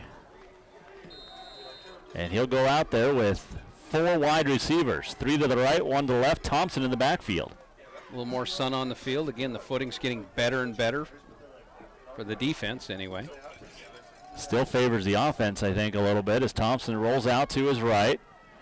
Has time, throws, and it's complete to Simpkins at the 48. Gain of 14, and King slipped a little bit. Yeah, he was in great position, and as he drove on the ball, he slipped and went down, and unfortunate, but he played that just right. And that's going to happen in today's game. I mean, you can't, on both sides of the ball, those corners are going to slip a little bit. So, but you're in 2-minute offense, 3 timeouts, 129, ball at midfield. 1st and 10 at the 48. 89 seconds to play in the half. 10-10 ball game. 5 wide receivers. Gibson steps up in the pocket, throws, and we got a shoe come off. And a late flag. We're going to get a pass interference as Wasler lost his shoe at the 39. It flew forward to about the 35, but a very late flag came in and a pass interference on the Saints.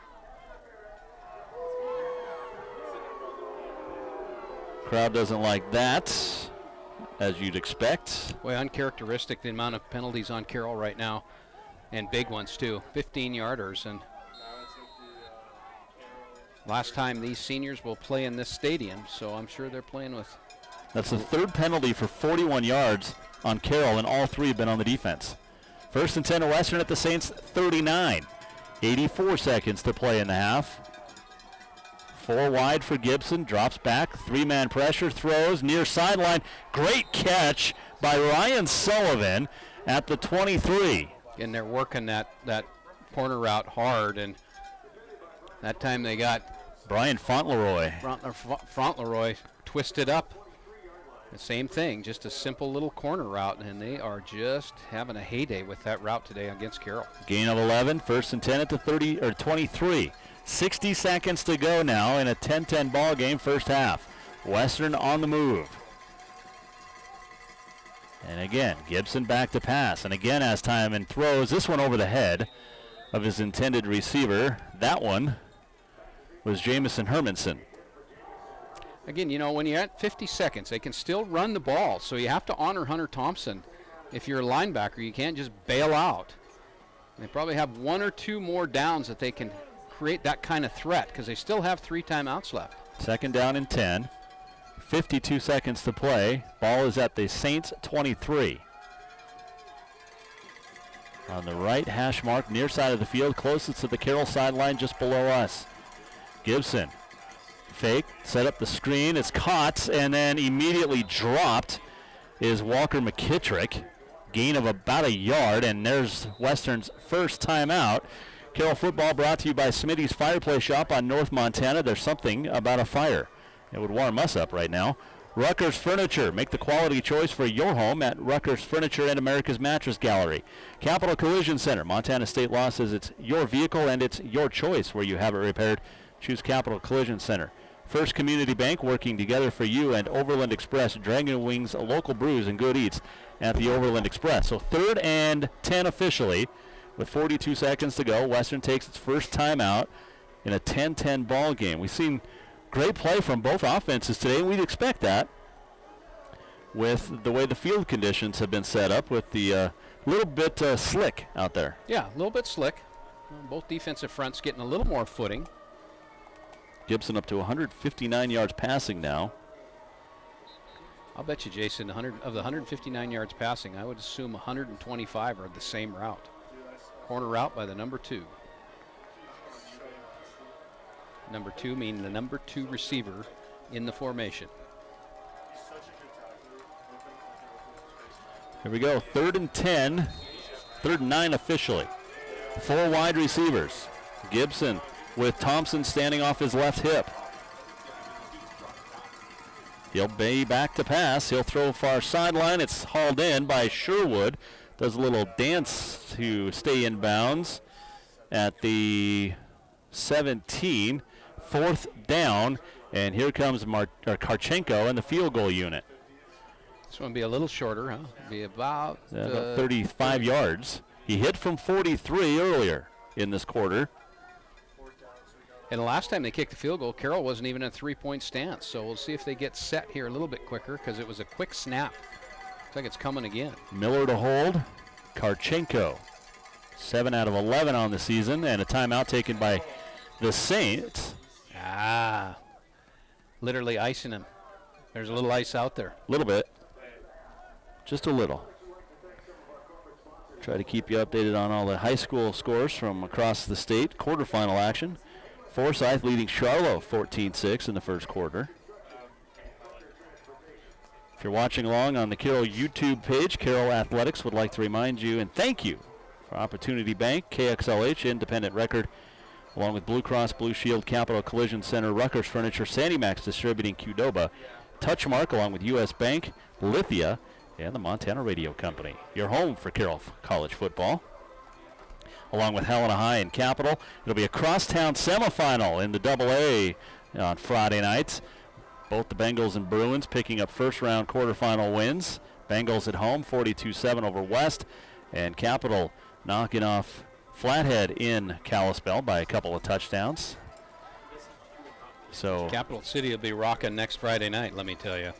It's this is a big football town, and you know we can any game that we call has Helena kids playing on it at the collegiate level, and so it'll be rocking. Here we go, 35-yard field goal attempt from Karchenko with 38 seconds to play in the quarter, and he splits the uprights, and Western back on top now, 13-10. Kind of anticipated this kind of game. I didn't know if Carroll's offense was good enough to go out and put up 21, 28 points in the first half, and they've only got 10.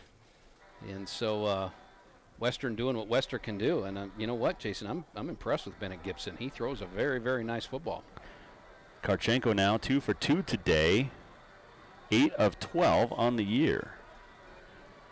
So the Saints now with 2 timeouts in 34 seconds, trailing 13-10, will go back to work on offense. The Saints will have the ball to start the second half here at Nelson Stadium.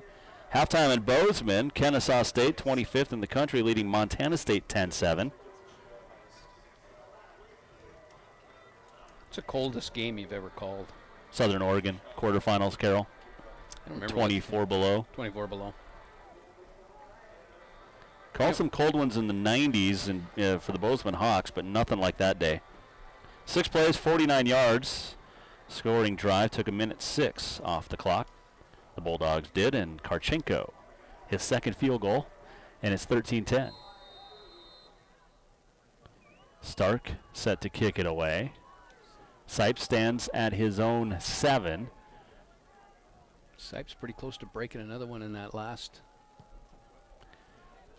This one will be taken by Sipes back at the 5. He'll gain a head of speed, and wow, what an amazing hit at the 18-yard line. Didn't get the number, but what a shot. I think it was Quinn Dennehy, a freshman out of Butte High.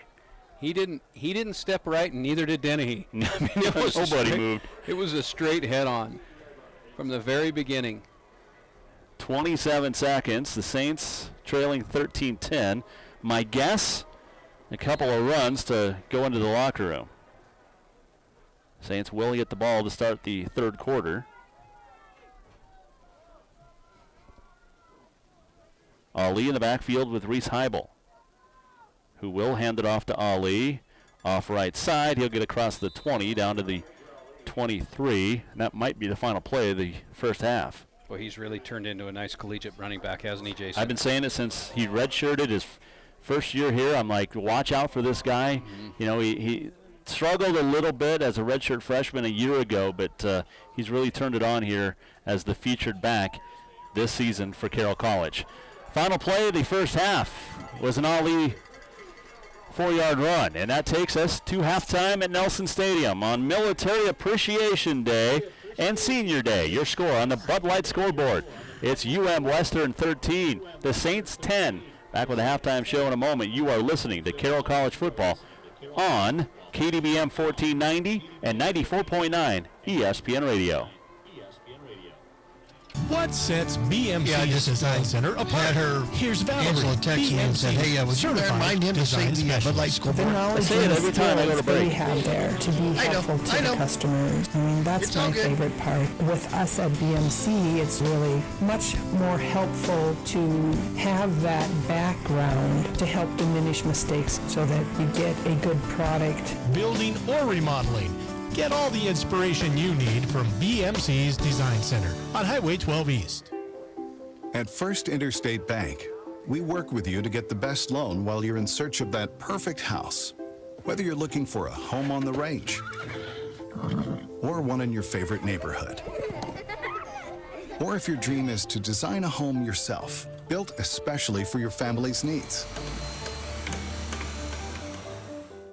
We're home. First Interstate Bank. It's you and I together. Member FDIC, Equal Housing Lender. Store-wide savings are what you'll find when you shop for new home furnishings at Rucker's Furniture. This means tremendous prices on Helena's largest in-stock selection of home furnishings. When you shop Rucker's, you'll find store-wide savings on the furniture you want for every room in your home. And you'll also find our complete lineup of Serta, the most comfortable beds in Helena. 12-month financing is available with approved credit on most purchases over $299. Ask for details. You'll find store-wide savings at Rucker's Furniture and America's Mattress Gallery, 1010 Dearborn, Helena. Finding a perfect place to watch your favorite sports should be a sporting event in and of itself. It's looking to be a good game for our biggest sports fan. Here comes their spouse with a to-do list from the left. Sports fan dodges, jumps, and barely gets out of there. Sports fan makes the choice to drive up Colonial. Left turn, right turn. Ooh, and is saved by their buddy on the right. It's good. It is good. They have arrived at Overland. What a play, sports fan. What a play. Make Overland your new favorite place for sports, food, drinks, and good times. Overland Express. If you love reliability, you'll love a Subaru from Placer Motors. Over 98% of Subarus sold in the last 10 years are still on the road. One favorite of drivers is the Subaru Crosstrek. With standard symmetrical all-wheel drive, sleek new styling, and versatile raised roof rails, the completely redesigned 2018 Crosstrek brings rugged style to any drive. Love. It's what makes a Subaru a Subaru.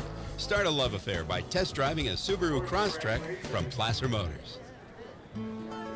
When disaster strikes, it's nice to know there's someone you can rely on. There is, and it's called Cascade Farmers Mutual Insurance Company. Our understanding agents are friendly, helpful, and best of all, we care about you and your property. At Cascade Farmers Mutual Insurance, we are Montanans insuring Montanans. We've been in north central Montana for over 100 years.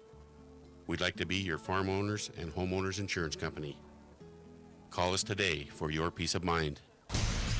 Back to the field for a recap of the first half with Jason Walker and Greg Upham on 94.9 ESPN Radio and ESPNMontana.com. Halftime in Helena, 13-10 UM Western leading the Saints as the newest batch of U.S. Army recruits swearing in at midfield and now walking off of the field. Congratulations, Jason. We didn't have a military background in our family, and I know you have some in yours, and you just watched your son go through the process there. And, as a American and a Montanan, my hat's off and thank you for the service of your family and your son and what he's going to enter into, and in a world that we need them, more than we've ever needed them before. And just know that how much I respect you and your son and what they're going to do, what he's going to do, and what our military service does for us. So thank you, Jason. Well, I appreciate that. And, my grandpa, my cousin, and now my son all heading into the Army. It's didn't think that would hit me like that. It's 13-10 here, but appreciate that, Greg. We talk about the first half, and the Saints and Western playing the game that we kind of thought that they would play today with the field conditions, and given the fact that both defenses, pretty solid and offenses pretty good at times of the season. Both teams have struggled, with consistency, but an unbelievable first half. That was a fun 20 or 30 minutes there. Yeah, there's quite a bit of offense out there, and both teams have shown, some good play, and it's been kind of shaping up like we thought, but Western has given up 40 and 45, and Carroll hasn't scored 40 and 45, so it's kind of a 10-13 game about what we may have thought it would be. Yeah, it's and Bennett Gibson having a very nice day. Hunter Thompson's only broken off one big run. Both rushing attacks have not really been able to get going off the bat here.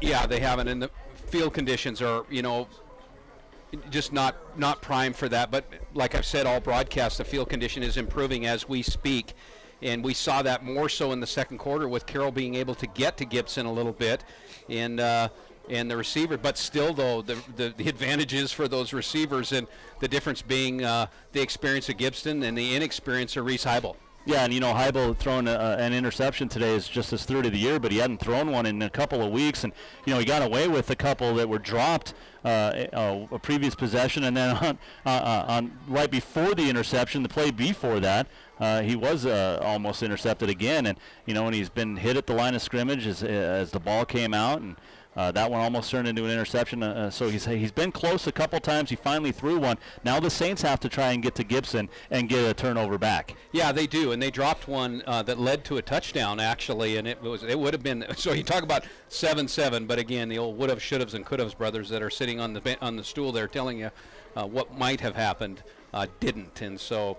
But Carroll has established a run game in Major Ali, and boy, I'll tell you what, Jason, I'm so impressed with his growth. And it's not so much just outright running. A couple things. One, it's yards after contact. He has to be averaging almost 4 or 5 yards after contact. And second, and really what's most impressive is his ability to create space where there is no space, and that's what those backs can do, and he's showing it today. Well, and you look at what this game has both coaches said in the pregame interviews what it would turn into, and that's Western wants to throw it vertical. We've seen 23 pass attempts by Bennett Gibson.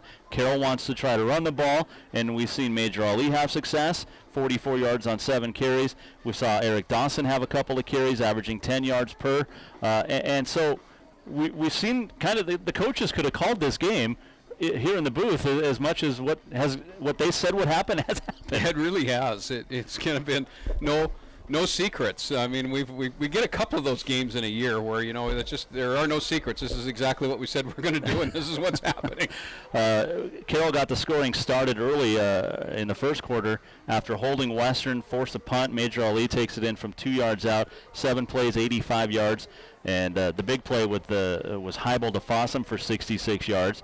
And then Western answered, took 5:55 off the clock, 12 plays, 61 yards, made it 7-7 when Hunter Thompson went in on a 1-yard touchdown run after converting on 4th and 8, picking up 18 on the pass play. And then in the second quarter, Karchenko hits from 43 yards out. That capped a 5-minute, 35-yard drive that took 11 plays, 63 yards. That made it 10-7. And then Dylan Torgerson would answer a 34-yard field goal. Took 2:27 off the clock, 8 plays, 56 yards, and then Karchenko, 35-yarder with 34 seconds to go in the half, that capped a 49-yard drive and took a minute 6, and now that's where we stand at 13-10. So the kicking game has been good for both teams. It's really, there's not much else you can say other than it's just been what you'd expect, and it's been a fun game between two teams that, these kids played against each other in high school, a lot of them, so they know each other really well, and of course these coaching staffs know each other very well too. Carroll, the one thing that they've done the last 4-5 weeks actually stop the run. They're doing it again today. Hunter Thompson has not had a lot of success running the ball. He's gotten outside maybe once or twice. He's had a couple runs from scrimmage that were more than 5, but not many. And Carroll, again, that run defense is really, really stout. Well, in the last 3 games, Carroll was averaging, giving up just over 45 yards per game. That's to Tech, to Rocky, both really good running attacks, and then to Northern last week, they held them to 26. Today so far, 19 carries, 68 yards for the Bulldogs. We'll take a break. We'll come back. We'll run through the full stats for you next. It is halftime at Helena on the Bud Light scoreboard. It's the Bulldogs 13, the Saints 10. Back with more after this. You're listening to Carroll College Football on ESPN Radio. The name implies tire. It seems obvious. Eagle Tire. Eagle Tire also can help you with 18 other automotive service and repair categories. Now, I'd lose you if I named all 18 right now. Since 1996, every vehicle has been equipped with an onboard diagnostic system. For 40 years, Helena has trusted Eagle Tire for engine diagnostics. Usually, that means tune-ups. That used to be simple. Now there's a whole bunch of stuff that most of us shouldn't even try and fix. So stop on in to Eagle Tire, across from Eagle Lube Express on North Montana by the tracks. Whether it's exceptional gas mileage, room for the whole family, driving one of the safest cars on the road, or simply style that makes them look twice, Toyota's full line of passenger cars have you covered. And now most models are equipped with Toyota Safety Sense, a complete suite of safety features, all standard, at no additional cost. At incredible limited time savings, including financing as low as 0% or up to $4,000 in cashback savings, then you'll know why many call getting a new Toyota irresistible. Shop buyatoyota.com for all special offers and take a look at the new 2018 Camry and Toyota's other new addition, the Sporty CHR. Or better yet, come drive your favorite model at Toyota of Helena today. Toyota, let's go places. All financing on approved credit through Toyota Financial Services. All vehicles subject to prior sale. All prices plus tax and tag. Dealer dock fees vary by dealer. For more details, call 1-888-21-TOYOTA. Offers end 12/4/17. Ooh, Dad's screwdriver. Dad, I think I broke the heater. Three Brothers? Help! Three Brothers Plumbing and Heating can not only maintenance your existing furnace if something happens. Sorry. They can also upgrade you to a money-saving, high-efficiency York furnace. Don't wait until the cold hits to check your furnace. Contact Three Brothers today for a free estimate and install confidence with a York furnace at threebrothers.plumbing.com. Professionals who care. Three Brothers is there. When you need it, rent it at A1 Rentals. You don't have to buy the equipment you need to do a one-time job. A1 Rental has everything you need for your project. If there's a special tool to get that job done, there's a good chance A1 Rental has it. A1 Rental, 1400 Cedar, next to Party Plus. When you need it, rent it at A1 Rentals. What will you see at BMC's Design Center? Here's interior designer Valerie with more. Lots of variety. There's some products specific to some of the companies that we have. A lot of people like the rustic, and we have just a real unique rustic patina finish that is just to that company. So that we have on display, not just with cabinetry, but also with molding options for around doors and windows. See what's new at BMC's all-new Design Center, Highway 12 East. This is Fighting Saints football on the voice of the Saints. 94.9 ESPN Radio and ESPNMontana.com. Halftime in Helena, 13-10. Western leading on the Bud Light scoreboard. Take a look at your first half stats here. Western with 15 first downs. Carroll with 8. The Bulldogs, 19 carries for 68 yards. 165 passing yards on 14 of 23. 42 offensive plays, 233 yards for the Bulldogs. They had an interception for no return, 2 punts, an average of 40 for Sherwood. 5 penalties, 40 yards, 18:31 time of possession. Hunter Thompson, 14 carries, 51 yards, a long of 20, also has a touchdown. Simpkins, 1 for 22. Gibson, 14 of 23 passing, no interceptions, no touchdowns, 165 through the air. Simpkins, 4 catches, 56 yards. Walzer has 3 for 60. Christian Hanser, the leading tackler. Well, there's a whole host of Bulldogs with 3 each. Hanser, Dustin Pickens, Jason Ferris, Kyle Schulte as well. For Carroll, 8 first downs, 15 carries, 83 yards. 27 plays that the Saints ran for 196 total yards, 113 passing. 2 punts for Dylan Torgerson, averaging 43.5. 3 penalties for 39 yards, all of those on the defense for the Saints, who held the ball for 11:29. Major Ali, 7 carries, 44 yards, and a touchdown. Eric Dawson, 2 for 20. Ryan Walsh, 3 for 8. Reese Heibels, 5 for 12, an interception, 113 yards, and no picks, or no touchdowns, rather, and a long pass of 66 to Chase Fossum. Walsh has 3 catches for 44 yards. Fossum, 1 for 66. Sipes, 1 for 3. Ryan Bollier has a punt return for no yards. Shane Sipes, 3 kick returns for 46. David Anderson leading the way with 8 tackles, including a TFL. Parker Bernhardt with 6 tackles and 1.5 TFL. McBride Galt and Peyton Sexy, 4 tackles apiece. And Greg, it's been a great game, and we just got word, we talked about it in the outset, Tucker Johnson not wearing number 34, his traditional number. He switched numbers with Griffin Lee, who normally wears number 20. Tucker wearing number 20 today in honor of his dad on Senior Day. Oh, that's nice. That's a neat idea. So if got that word at halftime. Military appreciation game. It is Senior Day as well, and we'll run through the list of seniors for Carroll. It starts with Cole Adams, David Anderson, Chandler Arbizani, David Barnett, who also, by the way, a national champ in the javelin. Alec Bastarachia, Chris Empter, Tanner Gustafson, unfortunately injured this season, Tucker Johnson, Joel Kramer, the 2-year captain center for the Saints, Bo Meyer, who got injured in that first game against Tech, and he'll be back for the Saints track and field team later on. Tim and Todd Pays on that offensive line, Walker Ray, who had a big tackle, and Dylan Torgerson along with Ryan Walsh, your seniors for the Saints. Walsh, total yardage, almost 1,100 career rushing, 800 receiving, 206 kick return yards, over 2,100 yards for Ryan Walsh in his career at Carroll College. It's been a fantastic career for those 14 seniors. Really has, and they've done some nice things, and I'm sure for them they'd like to go out of here with 2 wins, one in hand here, and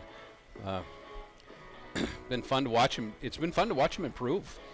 This season they've really done some nice things. I mean, you lose your starting quarterback. Yeah. And that's how easy is that? I mean, go to Southern Oregon and take Trocine out of it, and go to Tech and take McQuarrie out of it. Go to College of Idaho and take DJ Peterson out of it. I mean, those are 2 completely different teams, and so there's adversity there, and but trying to rebuild and get themselves going, and seen some good things. We'll take a final break. We'll come back with the second half and your score on the Bud Light scoreboard. It's the Bulldogs 13, the Saints 10.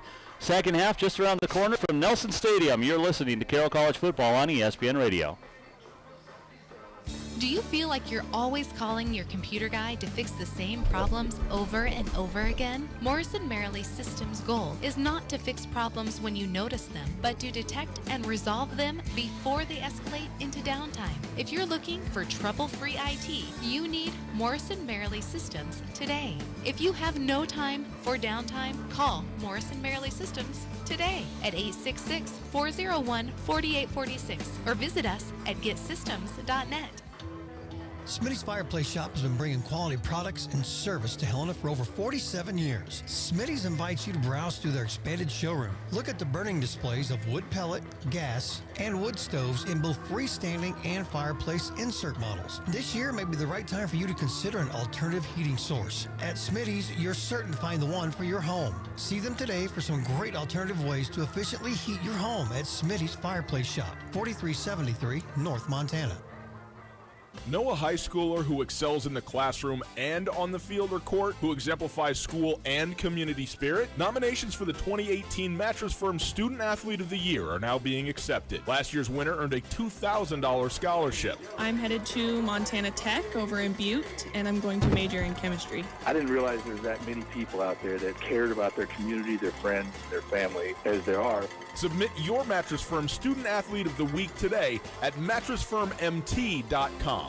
It's hard to stop a 40-mile-an-hour pass across a football field. It's hard to stop a 200-pound linebacker. It's hard to stop a Saint. And it's hard to stop a trained furnace or air conditioning system from Intermountain Heating and Air Conditioning, your independent trained dealer. Intermountain Heating and Air Conditioning is a proud radio sponsor of the Carroll College Saints. If it's time to upgrade your furnace or air conditioning system, call Intermountain Heating and Air Conditioning today at 449-4567. And go Saints! Montana is second in the nation for hitting deer. So drive carefully. If you do hit an animal, bring your damaged vehicle to Capital Collision Center. You'll receive a voucher for a free turkey when your repair is complete. The accident wasn't your choice, but Montana state law says it's your choice where you have your vehicle repaired. Choose Capital Collision Center. Helena's only Ford F-150 aluminum, Honda, Nissan, Acura, GM, Chrysler, Jeep, Dodge, and Hyundai certified repair shop. Free turkey offer is good through December at Capital Collision Center on Euclid.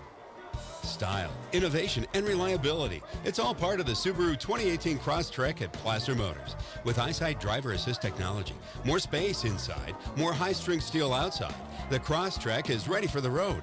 The Crosstrek takes you off-road too, with increased cargo space and a bigger rear gate opening. You'll love Crosstrek's great fuel economy in standard or hybrid models. Start your love affair with a Subaru Crosstrek from Placer Motors. Come in for a test drive at Placer Motors.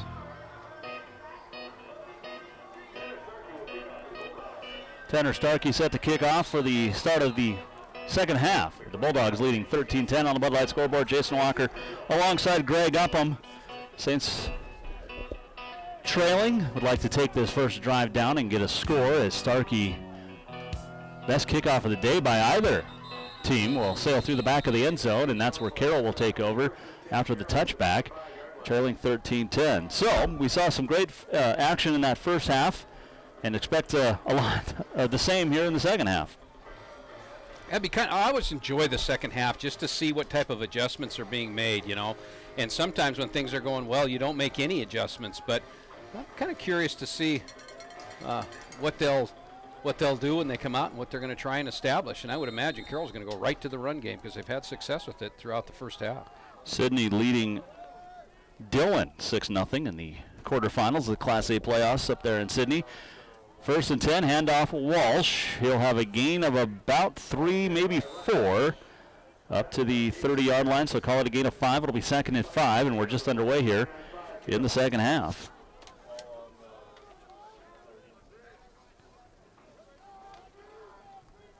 Willie Clements giving a little tug there on his running back. Did you see that?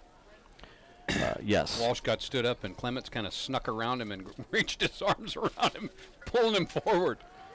They're a very caring group, the offensive linemen. Oh, absolutely.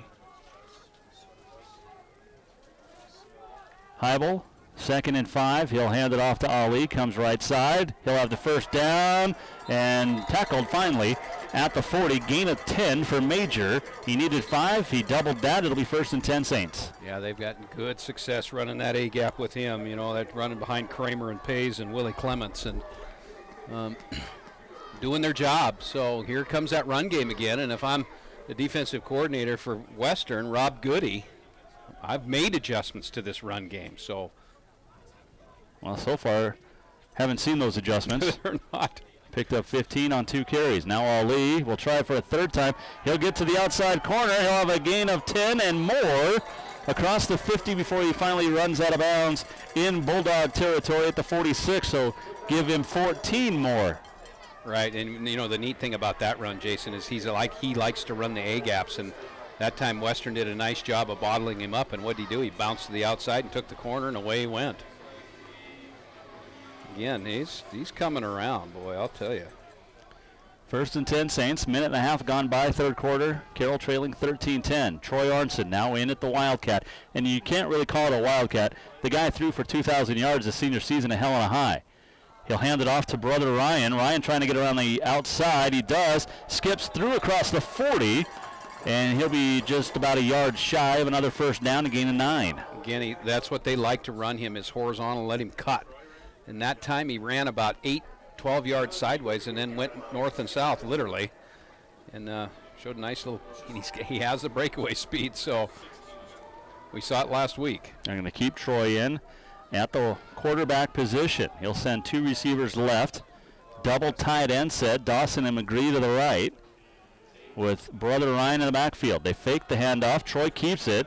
He'll pick up, maybe. Yeah, he does get the first down, just barely, at the 36-yard line of the Bulldogs. Jason Ferris, the linebacker from Dillon, Montana, he got tricked on the one before that, and that one he wasn't going to fall for it. They know how to play football down there in Dillon. Oh man, they know how to play football and basketball. They've got some athletes in Beaverhead County. They do. Sports is a big deal in that town. Well, anywhere in Montana actually, but Fairfield leading Huntley Project 22-0. Class B playoffs. 1st and 10 Saints. Arnson's going to keep it himself again, and this time he'll run out of bounds, a gain of about 3. So a lot of Troy Arnson right now. Yeah, three plays in a row. Third quarter in Bozeman, Montana State took the opening possession, went down and scored. They lead Kennesaw State 14-10. Bobcats and the Owls, that's on the AM, KCAP at 9:50 a.m. NAU and Montana in Missoula on the FM, KCAP at 95.9 FM. Jerome Sowers, head coach for a long time defensive coordinator at the U. Yeah, in his final season at NAU. That was announced after like week 1. Heibel back in at quarterback, aiming towards the far sideline and underthrew it. And a nice job by Sipes to become the defender and knocked it down. It'll be 3rd and 7. Yeah, he threw that a little bit low, and I think what I was watching Howlett, a little bit frustrated. I think he wanted him to hang that ball. You would normally hang that ball, and you'd either put it, receiver's going to catch it or it's going to go out of bounds, and he pulled that ball down inside. So 3rd and 7, 11:33 to go here in the third. Saints with the first drive of the second half, trailing 13-10. You know, they haven't got the ball to the guy that is a playmaker, and that's Eric Dawson, and they need to get the ball in his hands here.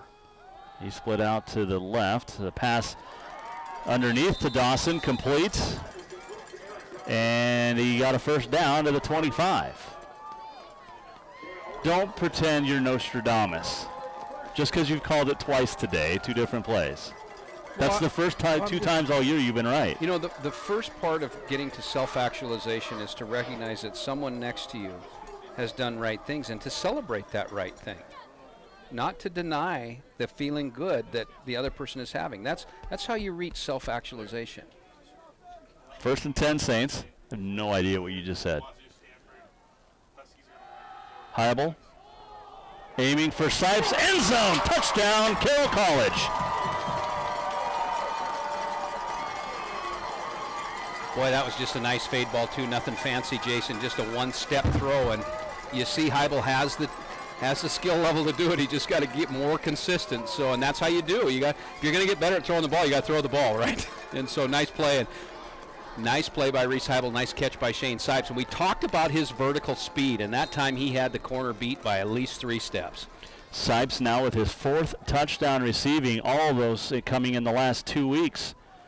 Torgerson on for the extra point. Chance to make it a 4-point game. And it's good. And he pulled that one left or to the right as well. Why does it take so long for the officials under the goalpost? They have to. I mean, what are they waiting for? That's bothering me now. It's and you know what they won't call the touchdown on the goal line. It takes them 13, 18 seconds before they'll raise their hands. Can you help me with that? They have to make sure that they both saw it the same way. Well, if I'm standing under the goalpost and the ball goes inside the goalpost, it must mean it's good. If it goes outside, it must mean it's not good. 9 plays, 75-yard drive. 4:03 off the clock. Heibel 25-yard touchdown pass to Shane Sipes. And it's 14-10 on the Bud Light scoreboard. 10:57 to play here. 3rd quarter. Southern Oregon leading at Northern 31-3 in the 3rd. Eastern Oregon Rocky last score, 14-14 ball game. That one in Billings. And College of Idaho, the last score we had, they were leading Montana Tech 28-14. As Torgerson boots it away. Another short kick. Taken by Caicedo, who gets up across the 30 to the 34-yard line. And UM Western now back out there on offense trying to answer, and they've done that all game long. Okay, so if I'm Mike Van Diest, I'm the defensive coordinator. I've flat said to the corners and safeties, listen, no more corner routes. They're done. So get on top of that. And what that'll tell the receivers, though, is now that sets them up for a double move because they'll overplay that corner route and they'll break it into a step and a post. And so, it's whatever you do, if you're going to jab left, you're going to expect a right at some point in time. Miles City trailing at Columbia Falls 28-0 as Bennett Gibson goes to work. His pass complete to the tight end Sullivan, who's then hit and dropped immediately, a gain of a couple. You can tell who the defender is. That's Parker Bernhardt again. Yeah, is that Parker Bernhardt? Yep. It sure is. Boy, I just like the way he plays. I mean, he's one fast cat. 2nd down and 8. 10:20 to play, 3rd quarter. 3-2-1. 17-13 Carroll. Handoff Thompson. Still on his feet. He was hit at the 35. He'll get up to the 37-yard line, so it'll be 3rd and 4 coming up for the Bulldogs. Okay, so 3rd and 4 midfield. Hunter Thompson has not. If I'm Norse, I'm not thinking run here. I'm thinking I'm going to put it in Gibson's hands. I'm going to let him find one of my tight ends. Now, Carroll has rushed 3 almost the entire game, and we'll see if they settle in on this little short yardage route and bring maybe a little more pressure. See if they can get Gibson moved around a little bit. 3 receivers left, Thompson and Sullivan to the right. Empty backfield, except for the quarterback Gibson, who throws, and it's incomplete, intended for Sherwood, and Drew Melton with another PBU. Boy, and he did a nice job there, too. That was just a quick little square-in route, and he just rode the hip of that receiver and then came in, and the ball actually was caught by the receiver, and he just stripped it right out of his hands. So, as Coach Van Diest, deny the play. 9:33 to go, and Sherwood on to punt it away for the 3rd time today. So the Saints defense holds after taking the lead. Sherwood, pretty decent punt. We'll see what Bollier does with this one. He fields it at the 25 and is tackled backwards. A loss of a couple. They're going to mark him at the 25 because that's where he was hit, and we're going to get a timeout here in Helena. 9:23 to play, 3rd quarter on the Bud Light scoreboard. It's the Saints 17, the Bulldogs 13. Back in 1 minute. This is Carroll College football on ESPN Radio. It really can't be your dream home until it has your dream deck, a place to show off your barbecue skills each summer and soak under the stars every winter. Hot tub. With a home equity line of credit from First Interstate Bank, we help make it happen because we're in the business of making dream homes, dream decks, or any home improvement come true. First Interstate Bank. It's you and I together. Member FDIC, Equal Housing Lender. Smitty's Fireplace Shop has been bringing quality products and service to Helena for over 47 years. Smitty's invites you to browse through their expanded showroom. Look at the burning displays of wood pellet, gas, and wood stoves in both freestanding and fireplace insert models. This year may be the right time for you to consider an alternative heating source. At Smitty's, you're certain to find the one for your home. See them today for some great alternative ways to efficiently heat your home at Smitty's Fireplace Shop, 4373 North Montana.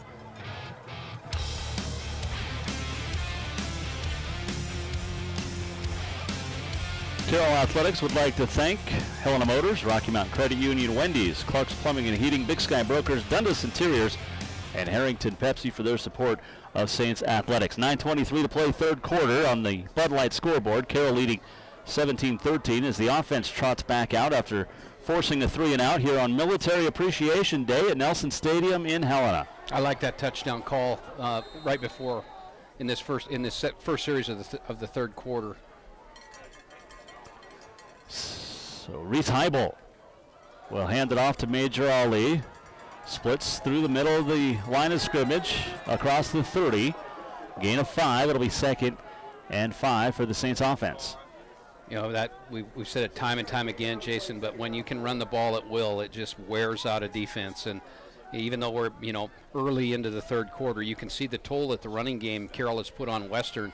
They don't have the same level of snap that they had before. 2nd down and 4 officially.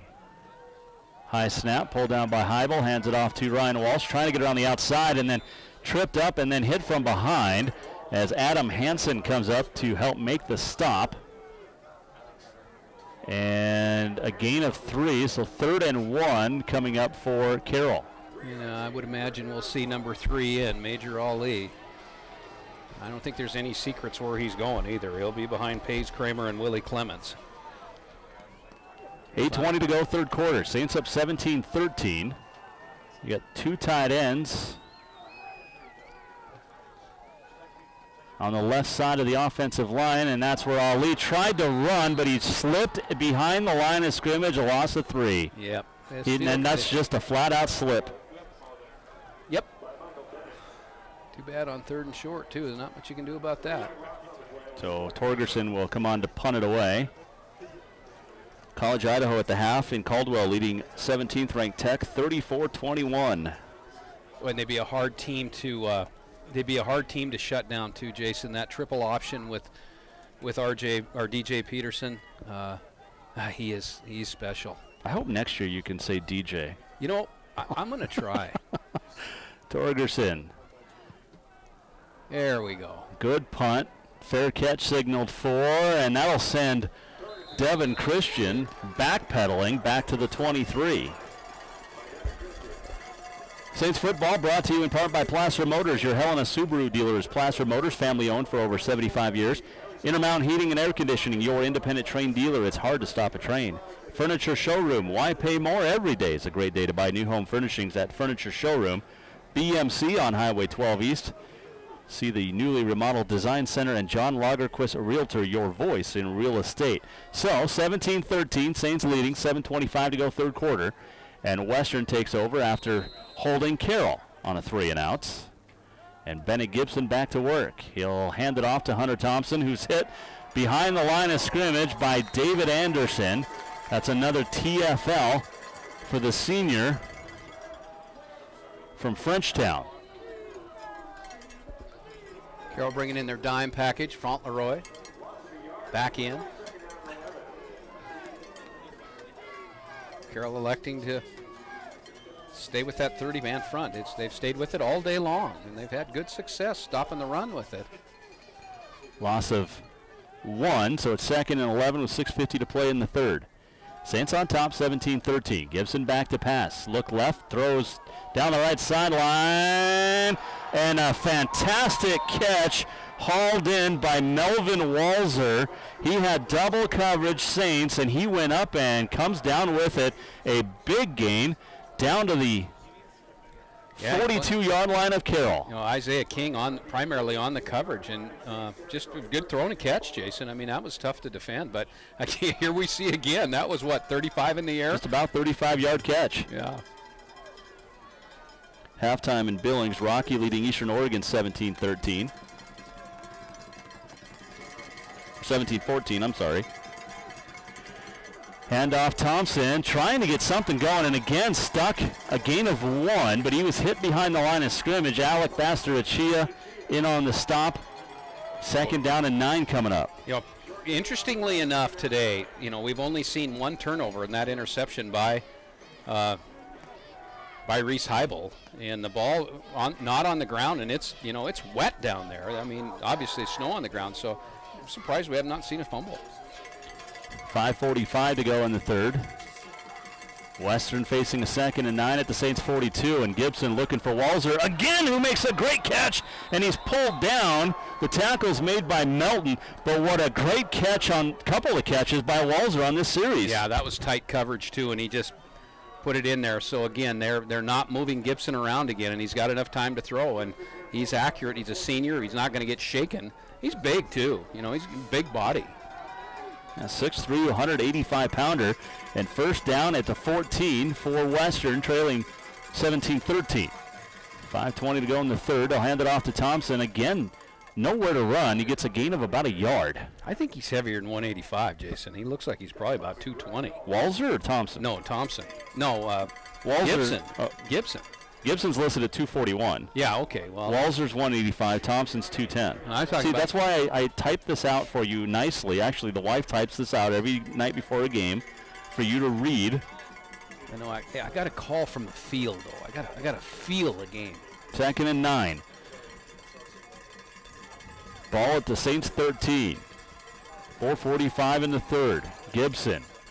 Handoff to Thompson, who pitches it off to Simpkins, who tried to make a move. He gets down to the 5 before he slips down. Needed to get to what, about the 4? Yeah, he's a yard shy of the 1st down, so it's 3rd and 1 with 4.5 to play here in the 3rd, and the Bulldogs trailing Carroll 17-13. Interesting, we've seen 2 reverses out of Western today. We saw that second play of the game. We saw the double reverse flea flicker, and so let's see if they give it to the big boy. Well, they're going no back here. How about that? 3rd and 1. They empty the backfield.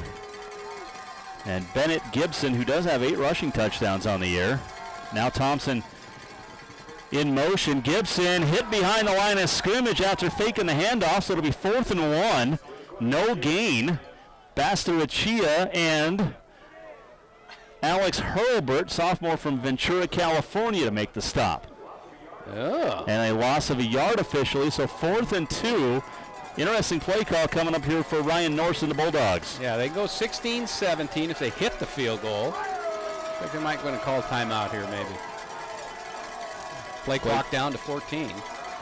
Well, they're going to send the play in. They run up to the line of scrimmage. There's 5 on the play clock. 4th and 2.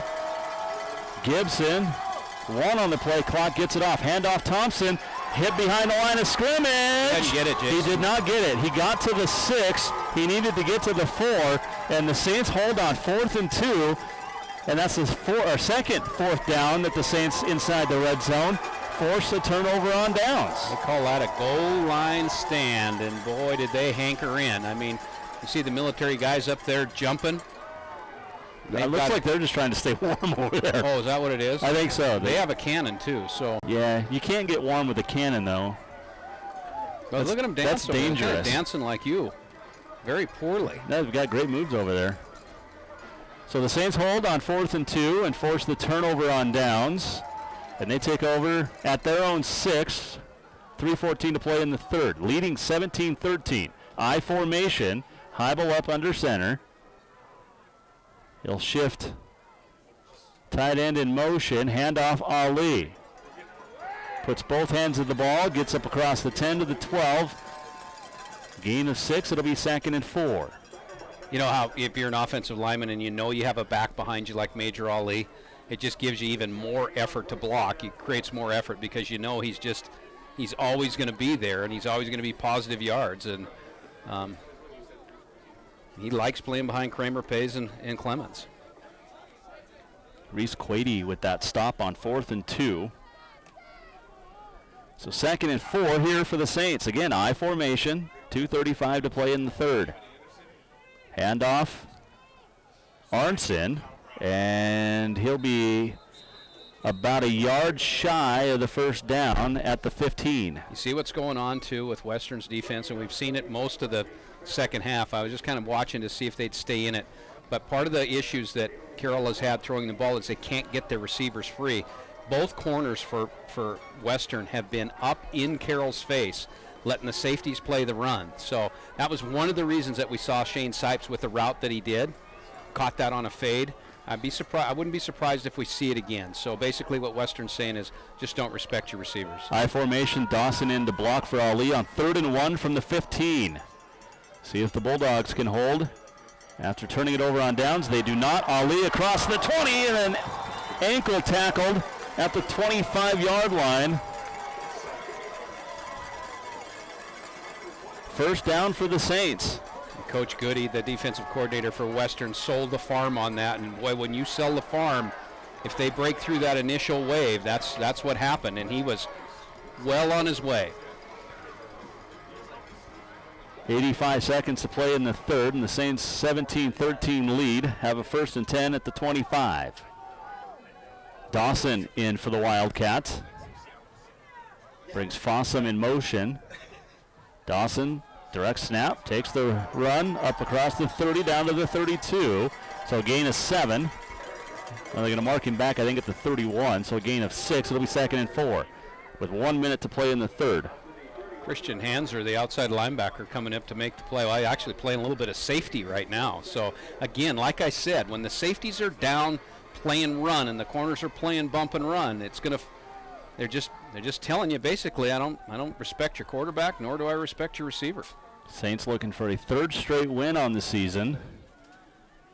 Heibel back in at quarterback on 2nd and 4. Handoff, Ali bumps into his own blockers. Gets away from them, breaks 1 tackle. He'll have a gain of 2, still on his feet, pushed back. No, they didn't push him back. 3rd and 2 coming up for the Saints. They lifted him up. Michael Bennett, the linebacker, 6'2", 220-pounder out of Seattle, Washington, actually lifted him up. And his feet were dangling, and then he just started taking back the other direction. I'm glad they gave him back to us. Bennett from Seattle. Ali from Gig Harbor. A couple of Washington boys there. And that takes us to the end of the third quarter.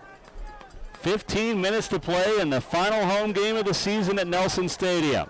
Your score on the Bud Light scoreboard, it's the Saints 17, the Bulldogs 13. Back in a minute. This is Carroll College Football on ESPN Radio.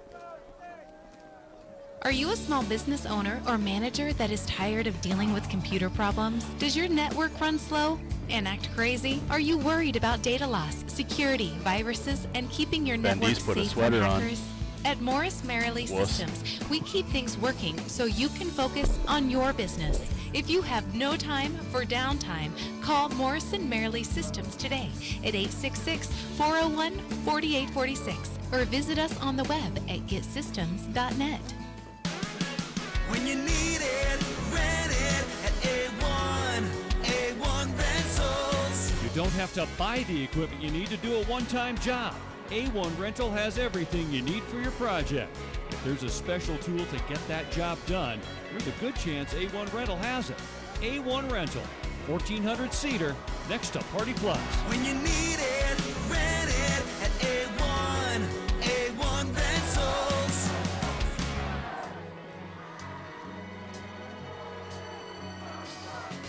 Sweet Caroline, the time never seemed so good. 17-13 on the Bud Light scoreboard as we start the fourth quarter, the final quarter of play here at Nelson Stadium for 2017. And mentioned during the break, Mike Van Diest normally wearing the gold shirts. He still has the gold shirt, but he put a sweater on at halftime, Greg. I think Coach Van Diest got a little chilly down there. Yeah, I don't know. You got to lead by example. Maybe we'll get him a blanket next weekend. Well, some of the Saints that aren't going to play today are wearing the coats. 3rd and a long 2, I formation for the Saints, and Major Ali is going to pick up the first down at the 36-yard line. Just power run for the Saints right now. Just ran right over the top of Jay Owens, the safety. Again, safeties are up. But when the safeties are making tackles against the run, that tells you that the defensive line and the linebackers all have big bodies on them too. So it's 21 outside. Well, it was one of the most beautiful mornings today. I walked the dogs and just quiet and 8 to 10 inches of snow. Troy Arnson. Saints are going to run a little reverse trickeration of their own. Shane Sipes trying to break free, trying to get through. He does. He breaks another tackle at the 45 before he's finally hauled down at the 49. And look at Mike Van Diest pumping his fist. Let's go Saints, he says. And a great play call by Nick Howlett, a gain of 14, and the Saints have a 1st and 10 at the 49. Yeah, so first reverse we've seen out of Carroll, and it's actually generated by who? Troy Arnston, in the Wildcat, and Shane Sipes. He's powerful too. Where's he? Pleasant Valley, California. Is that what it is? Newberry Park. Newberry Park. Just the most beautiful name you can think of. He's getting Montana tough now, though. Shane Sipes, beautiful name. Is that what you're saying? Where he's from, California. Heibel, play action, back to pass, throws near sideline for Sipes, and it's incomplete. That's actually where he wanted the ball. That was a good ball, even though it was uncatchable. He knew he was covered, so he just put it up high, and that shows the composure.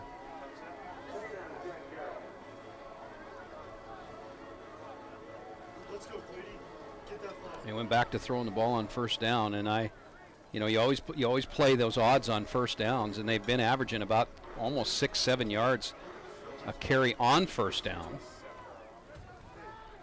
2nd down and 10. 13:38 to play at Nelson. 17-13. Saints in the lead. Handoff Ali. Gets across the 50, across the 45 into the 40, and finally brought down at the 35-yard line. Yeah, Western just getting worn out. Boy, I'm telling you what, this offensive line is going to work, and once they smell blood like that, those big boys love it, and they're just like freight trains, man. They get that diesel going, and that smoke's coming out, and away they go. You see the hands on the hips of the defenders, and almost all of the front 7 are, as we call it, sucking wind. 1st and 10 at the 35. 13-12 to go here in Helena. Heibel. 2 receivers to his left. He'll hand it off to Ali. He'll bounce it to the right. He'll spin out of a tackle. He's across the 25. Still on his feet across the 20 and down to the 15. Boy, and that's all on second effort too, Jason. I'm telling you what, they can't tackle him one-on-one, and he's making people miss. And, man, what a career day for Major Ali. Couple of big gains in a row for the sophomore from Gig Harbor, Washington. And he has the Saints with a 1st and 10 after the gain of 20 at the 15-yard line of Western, leading 17-13 and looking for more. I'll be surprised if they don't just keep giving him the ball. This offensive line is roaring.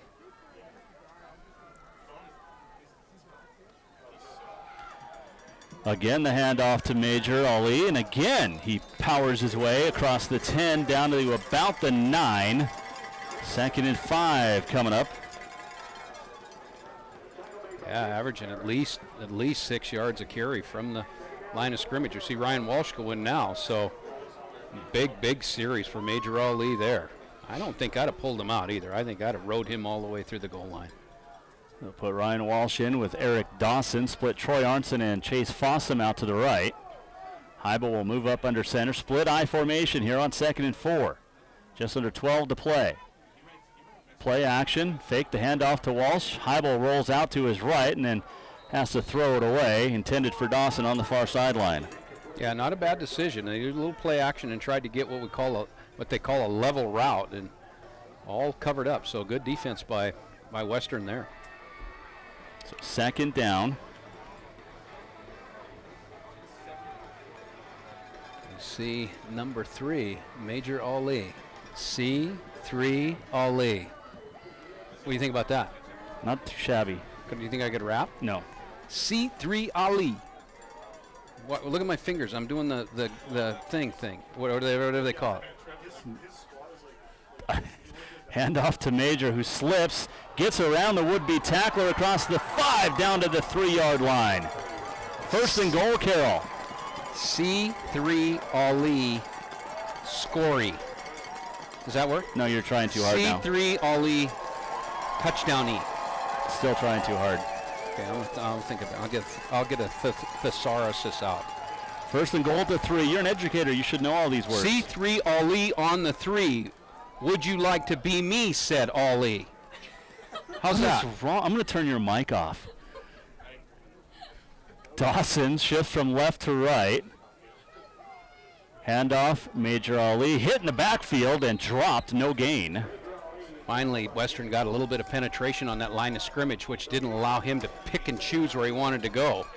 And that's where he's so dangerous, Jason. I mean, he A-gap to A-gap. It just takes him a little tiny step to decide where he wants. Jay Owens with the stop. It'll be second and goal at the 3 with 10:55 to play. Saints up 17-13. We'll see if they just continue to ride Major Ali into the end zone if they can. McGree will shift from left to right. Play action, and Heibel falls down at the 13-yard line. That's a loss of 10. Ew, and that comes up third down. So now it's third and goal back at the 12. Well, it's a big drive too. It'd be unfortunate if they have to settle for a field goal or come out of here with nothing, because it's a game-changing drive, Jason. I mean, the physical toll that's been placed upon that defense is critical. So they need a score here. Dawson in at Wildcat. Heibel split out wide to the right. Ali to the right. They'll shift Walsh in motion. Dawson takes the snap, almost falls down, somehow kept his feet, breaks a tackle at the 10. He dives for the pylon, and it's a touchdown. Carroll College. Eric Dawson all on his own, and it's a 13-yard TD run. Well, I'll tell you, you can hear the excitement in your face or your voice, and that was sheer effort, Jason. Absolutely sheer effort. He was wrapped up at the 9-yard line, broke that tackle, broke out of it. I'm sure Ryan Norris and Rob Goody are wondering how in the heck he got loose, but he did get loose and ran it right in, and it was just strictly nothing but effort. Well, and he almost fell at the line of scrimmage. That tells you the caliber of athlete that he is. He reached down with his left hand, kept his balance, and scores a 13-yard touchdown. Now Torgerson on for the extra point. And it splits the uprights, and with 9:52 to go on the Bud Light scoreboard, it's the Saints 24, Western 13. Back in a minute, you are listening to Carroll College football on ESPN Radio. This is John Lagerquist with Century 21 Heritage Realty. This is what some of my clients have to say about me. John did an amazing job of helping us find exactly what we were looking for. It took a few years to find the right house, and John was patient and helpful throughout the whole process. When we finally found the house we wanted, John negotiated well and even helped us work through a problem when we came to an impasse. John was a true professional and a friend through the whole process. I recommend John to anyone looking for a great buying experience. I can work for you too. Call me at 439-0650. If you're in need of a new bed, then stop into the America's Mattress Gallery inside Rucker's Furniture. The America's Mattress Gallery features Serta beds, the #1 beds in America. We now have all of our new lineups in stock, and between Serta iComfort, Perfect Sleeper, and Simple Dreams beds, you'll always find a bed to meet your comfort needs at a price that fits your budget. You'll sleep like a baby on your new Serta bed from the America's Mattress Gallery inside Rucker's Furniture, 1010 Dearborn, Helena. Rucker's like no other furniture store.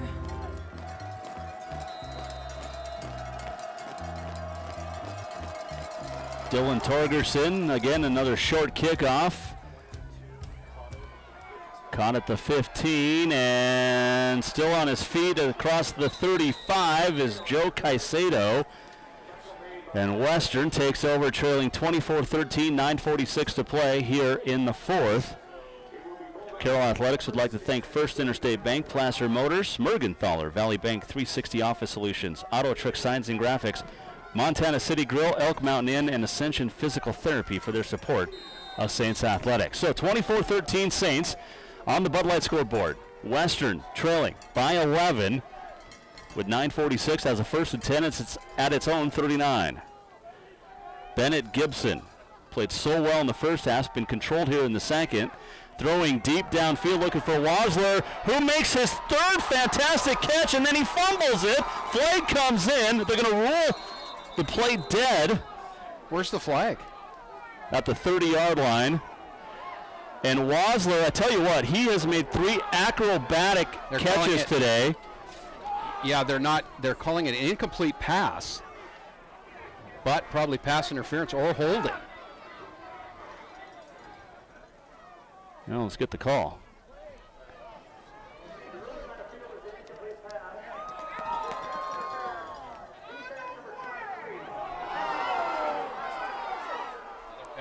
Another pass interference. So the ruling on the field was an incomplete pass, but pass interference on Drew Melton. You can fully expect Bennett Gibson to throw the deep ball right there, right? I mean, and actually Carroll brought 4 that time and has not been able to get to Gibson much other than early in that first quarter. That Carroll scoring drive, 16 plays, 93 yards, 8:27 off the clock. I think it's the longest per play and time off the clock drive this season for the Saints.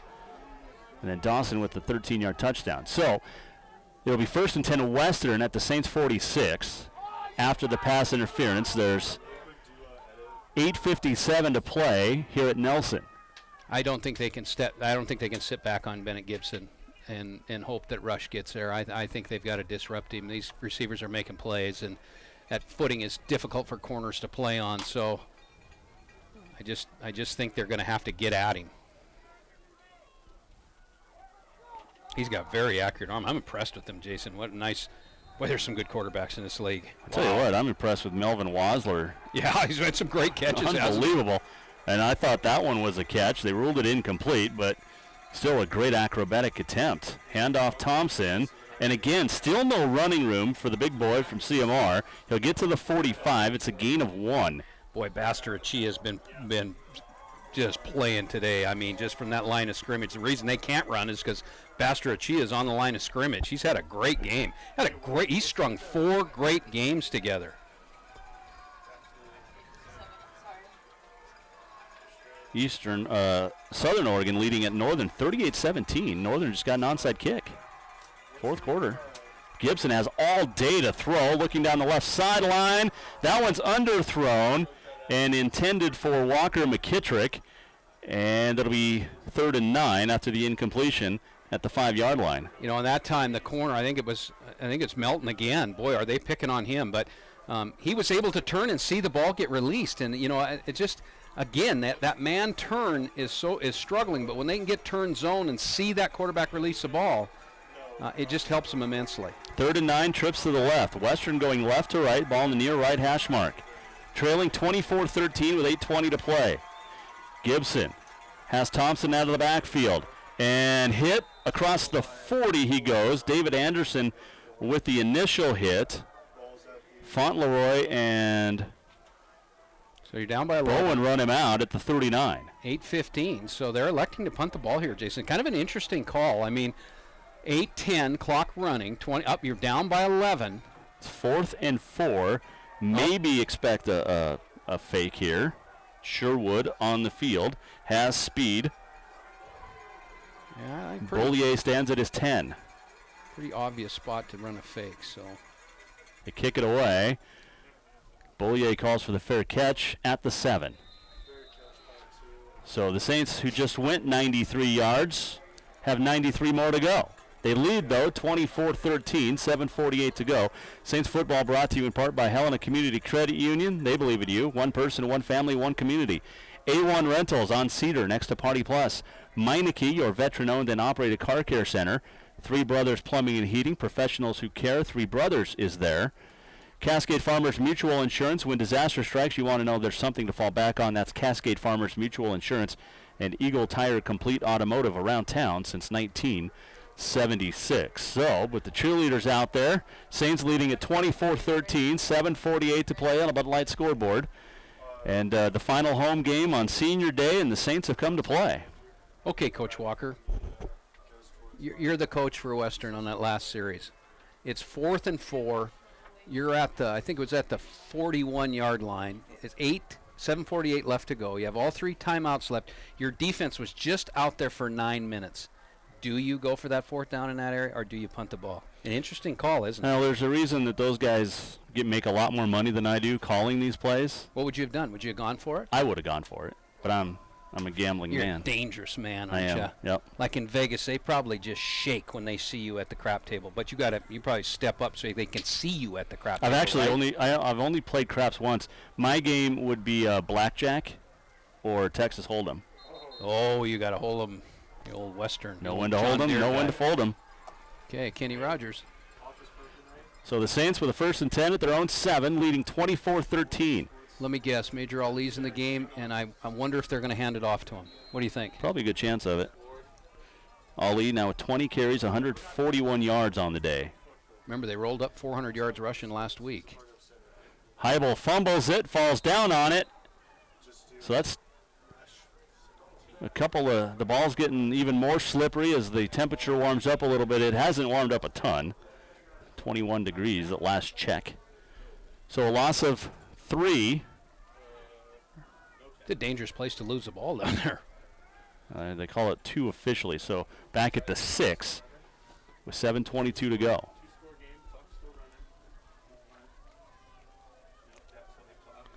Saints up to 224 yards rushing. As Heibel from the gun, he'll hand it off to Ryan Walsh. Walsh trying to get around the left corner, gets across the 10. A flag back at the line of scrimmage. This may be the first offensive penalty today for Carroll. They got a hold. It would be the first offensive penalty and the 5th of the day for 64 yards now. And half the distance to the goal line, so the ball will be placed So at it won't be 64 yards. 3. Yikes. So 7:03 to go. Saints up 24-13. Still plenty of time for Western. If they can get a stop here, they would have great field position. I don't know if I'd have taken that penalty because it would have put it at 3rd down and 12. Now they're going to burn another 25 seconds. It is 2nd and 15. I formation. Heibel, handoff Ali, tries to get around the corner, and a great tackle made by Michael Bennett. No gain, maybe a yard for Ali. So 3rd and 13 now coming up with 6.5 to play. The clock favoring Carroll. So Coach Norris's decision, if Carroll doesn't pick this 1st down up, pays off because Western will get the ball at midfield. And that's close enough for Bennett Gibson to unleash the 40 and 50-yard balls that he likes to throw. 3:14 left in the first half in Sydney. The Eagles leading Dillon 14-6. Defending champs in danger as Ali takes the handoff up the middle. Bennett with the stop at the 11. So it'll be 4th and 8 for the Saints. Interesting how Western played that defense that series. They let Bennett just kind of spy out Ali. And so nice decision by Western there. He just kind of sat on the line of scrimmage and waited for Ali to do what he needed to do. Christian stands at midfield. Torgerson 2 yards deep in his own end zone. 24-13 Carroll. This is where they need a big punt out of Fergie. Torgerson is blocked at the goal line, and it's a touchdown for Western. The ball's still loose, possibly. The ball was blocked at the goal line. Western fell down on it originally. It might be a safety. Boy, it'd be a blessing if it was a safety. And it is a safety. Somehow the ball squirted loose, so I apologize for the early touchdown call, but Western was on it. Somehow it came loose, and the Saints get a safety out of it. So it's 24-15, so that actually really favors Carroll College. And it's 24-15 now. It's still a 2-possession game. That's the second block on Torgy, though, in the last 3 games. And he was, you know what he was doing. You see Van Diest talking to him, and I think he was setting up for a big punt, and he is a slow punter. And that time it cost him. I think that was all his fault. But, you know, when you're back there and that's where you're punting from, you get the ball in your hands and get the ball out of there. There's a bunch of big uglies coming at you. So now, have they changed the rules? Is it a free kick, or do they get to kick? They can do either or, but they always free kick punt because it gives them the hang time. They can get coverage under the hang time. Well, and the way that Torgerson's been kicking off today with just that 3-step drop, everything's been short anyway, and he's 15 yards back from where he normally would kick. Yeah. 5:19, so all three Western needs to score on this possession. Yeah, to give itself a chance. 24-15, 5:19 to go.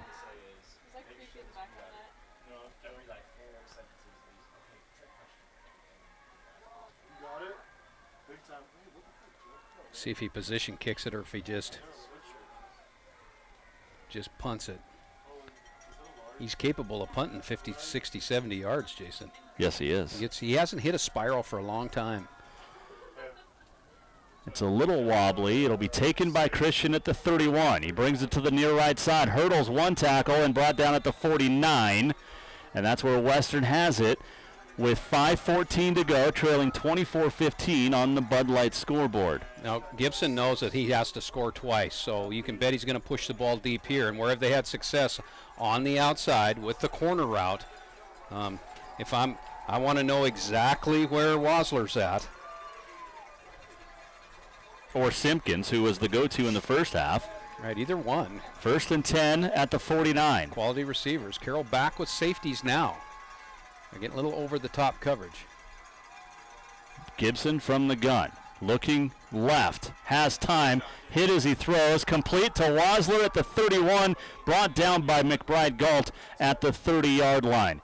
Again, he's twisting those safeties up. So, again, same thing. Corner route for about 25 yards. And it takes a while for it to get there. Carroll used a delayed blitz that time, and I think you're going to have to bring him quicker because they just haven't been able to get to him. Gain of 21 down to the 30 with 5 minutes to go. Western down 24-15. Gibson again, time to throw, middle of the field, intercepted. Parker Bernhardt returns it to the 22-yard line.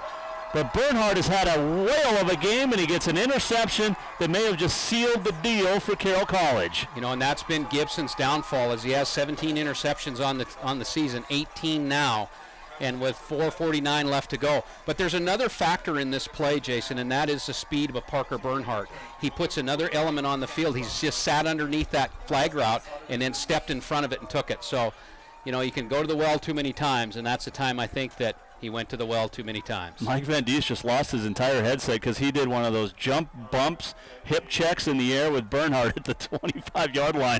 He's all laughing and smiling. Coach Van Diest very happy with Bernhardt's interception there. That's the 12th of the year for Gibson. 4:49 to go. The Saints take back over 24-15. Handoff, Ali. Slips through, still on his feet, pushed up to the 31-yard line, and two big fist pumps from Coach Van Diest, and he's like, let's keep it rolling, boys. That's how he built this program, was strictly on effort, and that's what he's seeing today. So, you know, the program's coming full circle for him, and let him, you see Major Ali with the little gimp. Little hitch in his giddy-up. Ali holding his knee. There's a rhyme you don't want. 4:18 to go, 24-15 Carroll. Saints with a 2nd down and 2. Heibel from the gun. Gets the snap. Hands it off to Ryan Walsh. Walsh breaks the tackle at the line of scrimmage. All the way out to the far sideline. The first down. Drugged down at the 45. Christian Hanser. Mark him up at the 47, but a big first down for Ryan Walsh and the Saints. Yeah, you can see the toll of the run game again. That time Christian Hanser, who's been in a lot of the plays at that safety position, is getting up awful slow and awful long. Again, hands on hips on 9 of the 11 players in the white jerseys, and that's a pretty good signal that you're tired. 3:40 to go here in Helena. 1st and 10, Saints at the 47, leading 24-15.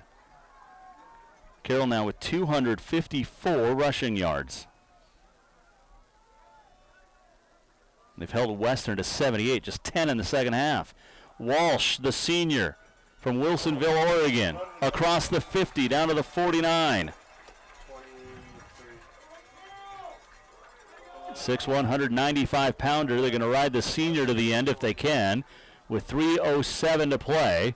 Gain of 4. It'll be second down and 6. We're seeing vintage Carroll College here, Jason. You know, how many rush yards have they had in the second half? What's the time of possession in the second half? How many run plays versus throwing the ball? I mean, this is vintage Carroll College. Fossum and Sipes split out to the right. Dawson set up just to the left of Connor McGreen, 2 tight ends to the left. Ali back in. Ali straight up the gut across the 45, down to the 40 and brought down at the 38. First down Saints after the gain of 11.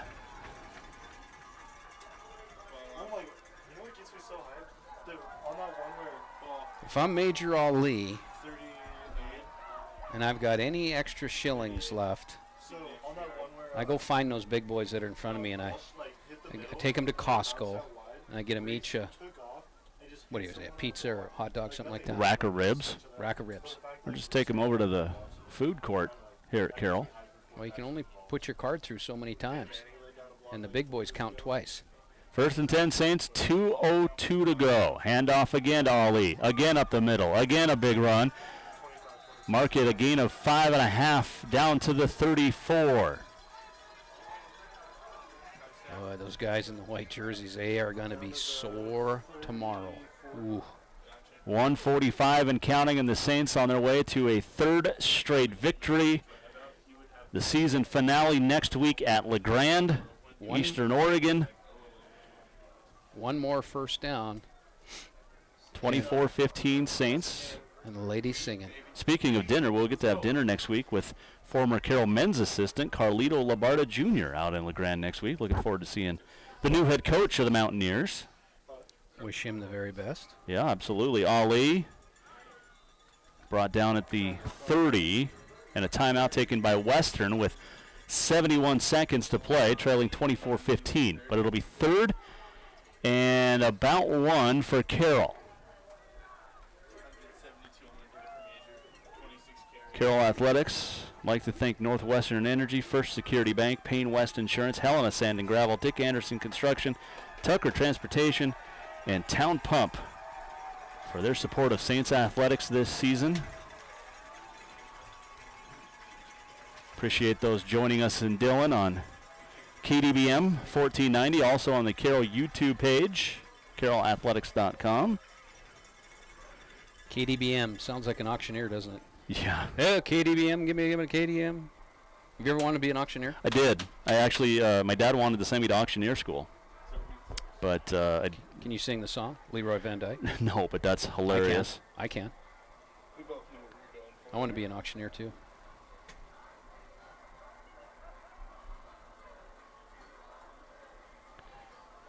You want to hear it? No. I've heard you rap. I got a range, so I rap to country, old traditional country. I mean, that shows a scope and sequence that goes far and wide. We're going to be able to listen to some great music next week. Yeah, it'll be the all the way out channel. But I'm converted. I know you are. Yeah, I am. All the way out to LeGrand and back. And you know, I actually tried. Garth is in Tacoma this weekend with him and Tricia.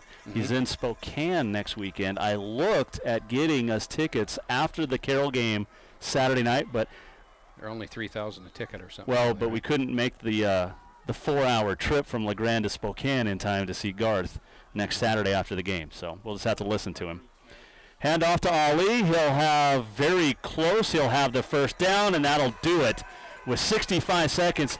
And Alec Fanestiel next door to us, slamming the table. He is proud of his big boys up front. Jim Hogan should be happy as well. The Saints will move to 4-5. Western's going to fall to 4-5 in conference play and 4-6 overall. And another timeout taken by the Bulldogs with 1 minute to go.